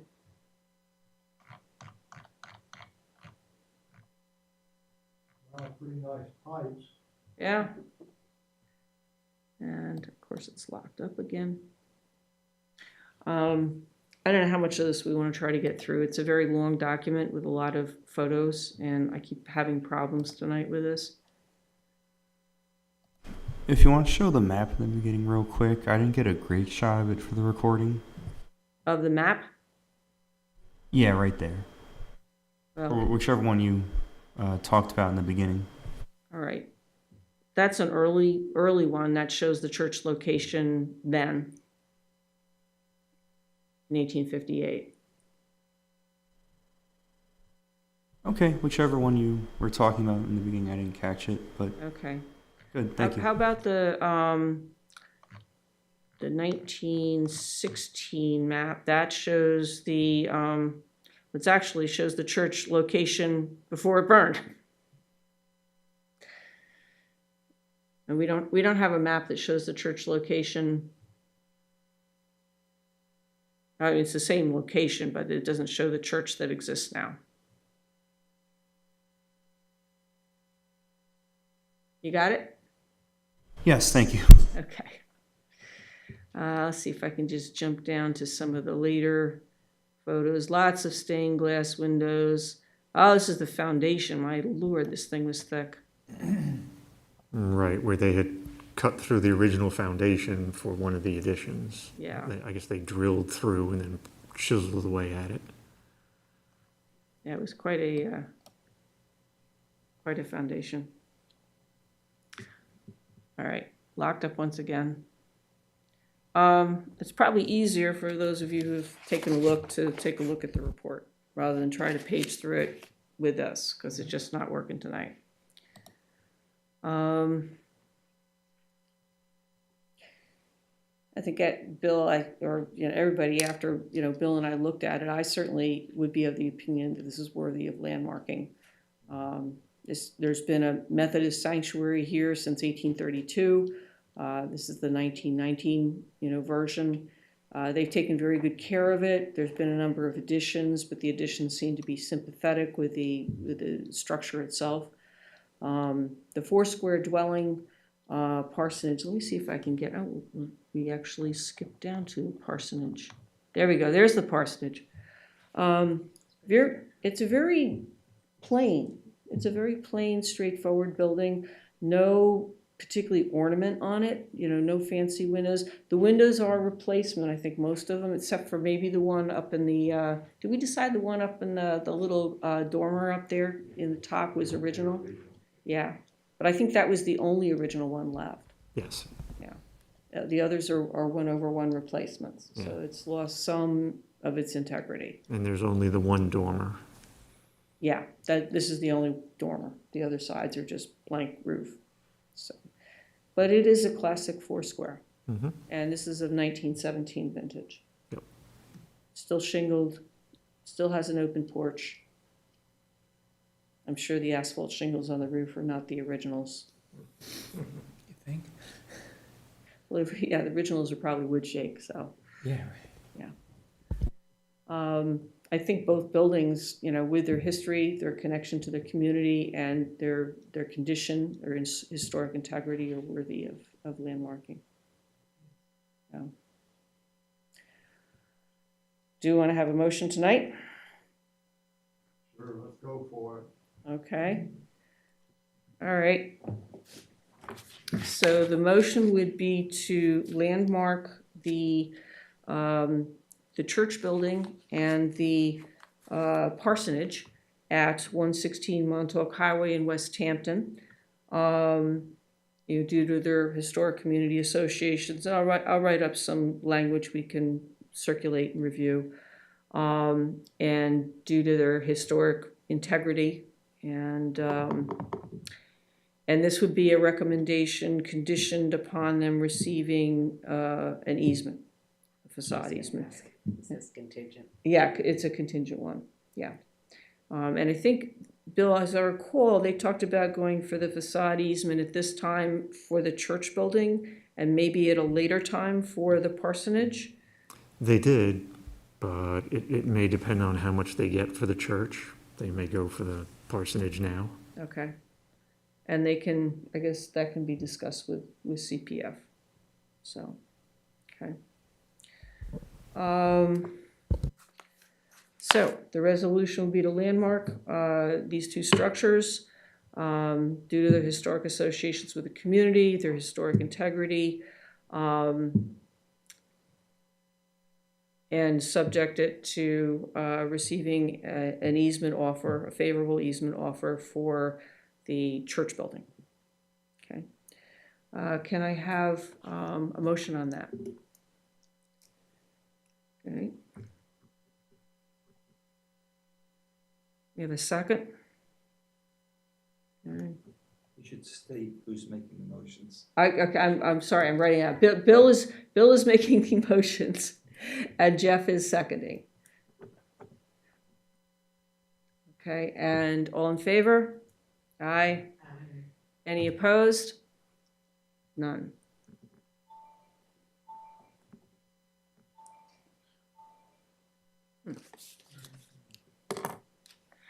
All right, okay, I will prepare the resolution on that. And run it by folks, make sure we got everything okay on that. Stephanie, is CPF aware? I'm sorry, what? CPF aware? CPF, yes, because when they submitted, they sent a letter also. I had her, the person who's representing the church, contact Jackie as well. Okay. But I will remind 'Cause- Jackie. And I will too, because Yeah. I would like these to go smoother. Yeah, yes. I think everybody would like them to go Yeah, smoother. Yeah, we don't need years. Okay. All right, that's 116 Montauk Highway. We have 65 Old Riverhead Road. This is where we're waiting for Ed to do Ed's the report. report. So that will be held over. 149 South Country Road, Roseburg, Spionk, has been designated as a landmark. There's an easement offer on the table. There's an issue with the hedge and staying out of that. That'll need to get squared away. Yeah, that, he was given the okay for those evergreens.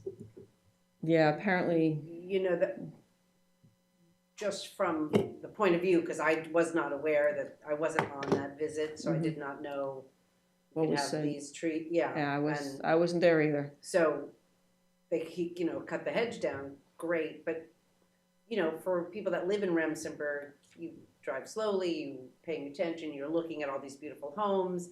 But when for the majority of the people that are going by this structure, they're in a car, right?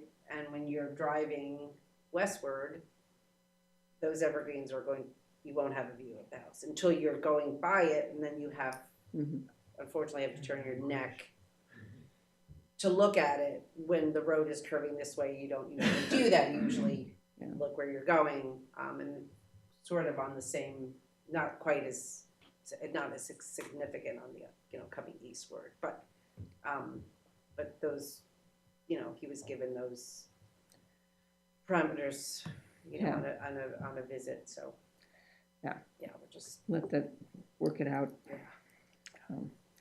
29 Dock Road, we're waiting for, those windows to happen, which I don't know what's gonna happen with those. North Sea Schoolhouse, have we gotten the final Nothing. invoices? No, final invoices, okay, still waiting on that. Most of the rest,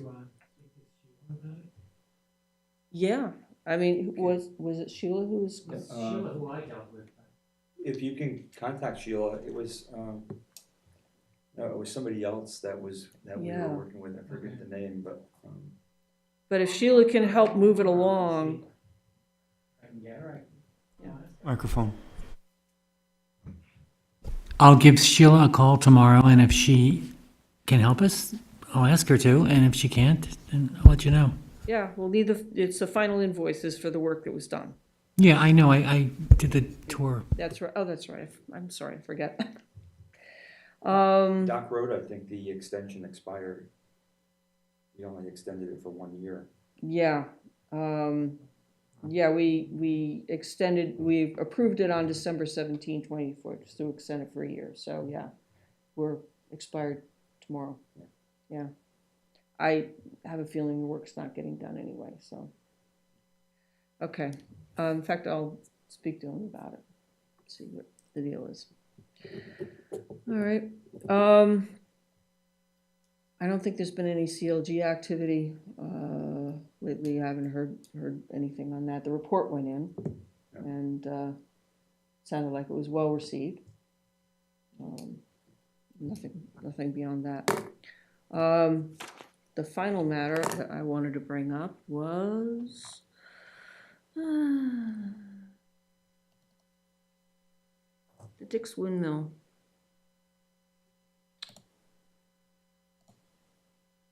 There it is. So, the story with the Dick's Windmill, it is a town landmark. We issued a COA for the work needed for reconstruction of the windmill structure itself. That was issued in, I believe, May of 2023.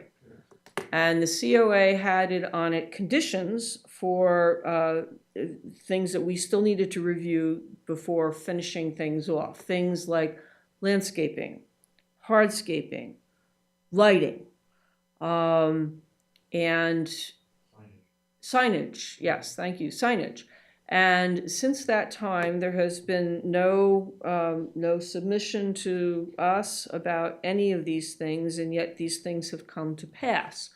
I have in my file, and I don't know if it was provided the Landmarks Board or how exactly I got it, but I do have an October 2023 landscaping plan that has, let's see if I can just pull it up here.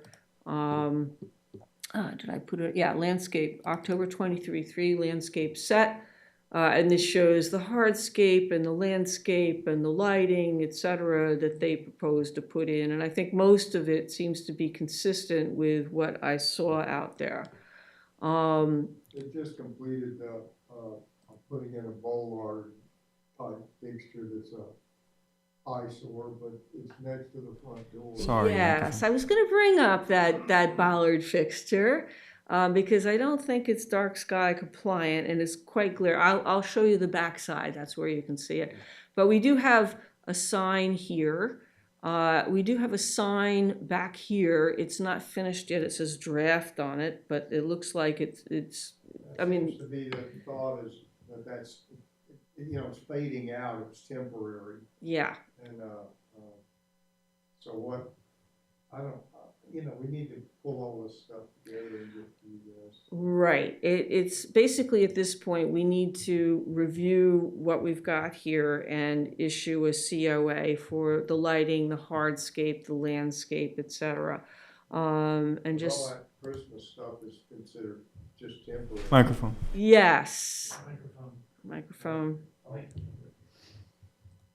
So the lighting that's currently on the exterior, red and green lighting, Yeah. and the window candles, of course, are all seasonal, and that's not considered a final plan for lighting the exterior during the Christmas season, but it was just an attempt to do something this year and come up with a plan. So it's my understanding from talking to the mayor that they would like to chat a little more about that. Yeah, these lights are all, they are definitely temporary. I looked at them. They plug into outlets at the bottom and they're movable and removable. But it's when I saw this color scheme that I realized that, I wonder how that ever got approved. Well, we had the, King Everything had. I had them put, Lights around the wreath and that. yeah, Yeah, we've got, this is the bollard light I think that you're talking about, this one right here. yeah, it's a dog. Yeah, it's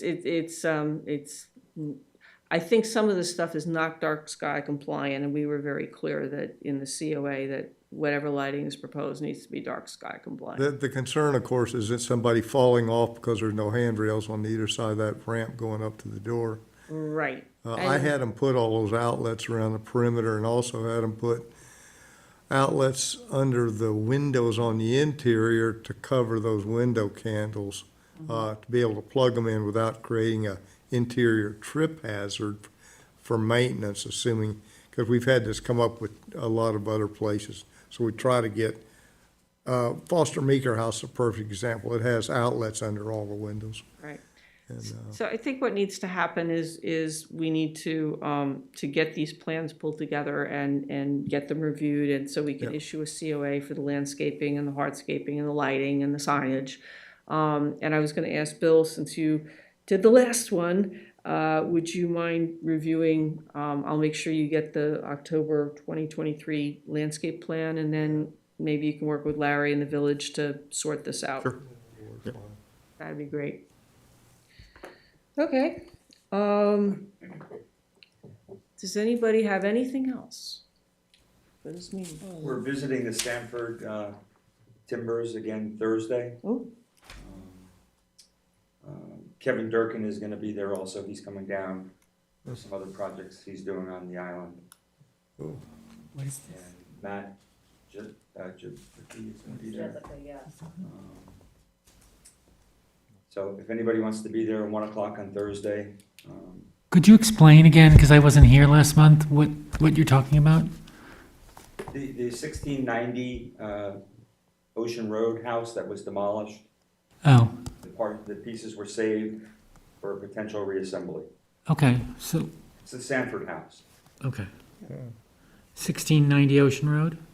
Yeah, but it's not there anymore. 690 Okay. Ocean, right? Yeah, Okay. six I'm ninety. sorry, 690, yeah. 690. But that's not where we're meeting at. Where are you meeting? I'll send you an email. Thank you. It's an obscure location. Good. Yeah, Don't send it on send me the, one on also. I'll the try town some. email, because I'm not there yet. Oh, yeah, personal email. How You'll how be many, able to how many feel it. people managed to get on the new town email? You're there, Susan, you're there, you're there, I'm I'm not, I'll be there. working on that tomorrow. All right, so the two of you are still struggling, okay. I'm still not there. Also announced we have a new clerical assistant. Oh, yes, we have a new clerical assistant, Kristen, what's her last name? Oh, gosh. I, Doherty? No, I don't know. yeah, I sent it out, Renee introduced her to me, and then I think I sent it out when I sent out the minutes or something or other, I included her name on the thing, so. Do you know when she's actually taking over that role from Renee? Yes, he is. But when? Oh, when? When? I know she's being trained. Yeah, When, After the new year. when, yeah, I don't know what date she'll actually start. cut her loose. Okay. All right. I've been still communicating with Renee, but Yep. she's copied on most of the emails. So we will have Christian with us. Doherty? Doherty. Doherty. Yeah, Yes. thank you. We'll have her with us very shortly. Okay. Anything else from anybody? Oh, yeah, I think we should give proper credit to the town of Southampton for the outstanding Christmas decorations they've installed in our chamber here. There's a couple of Can you reasons. find it? Yeah.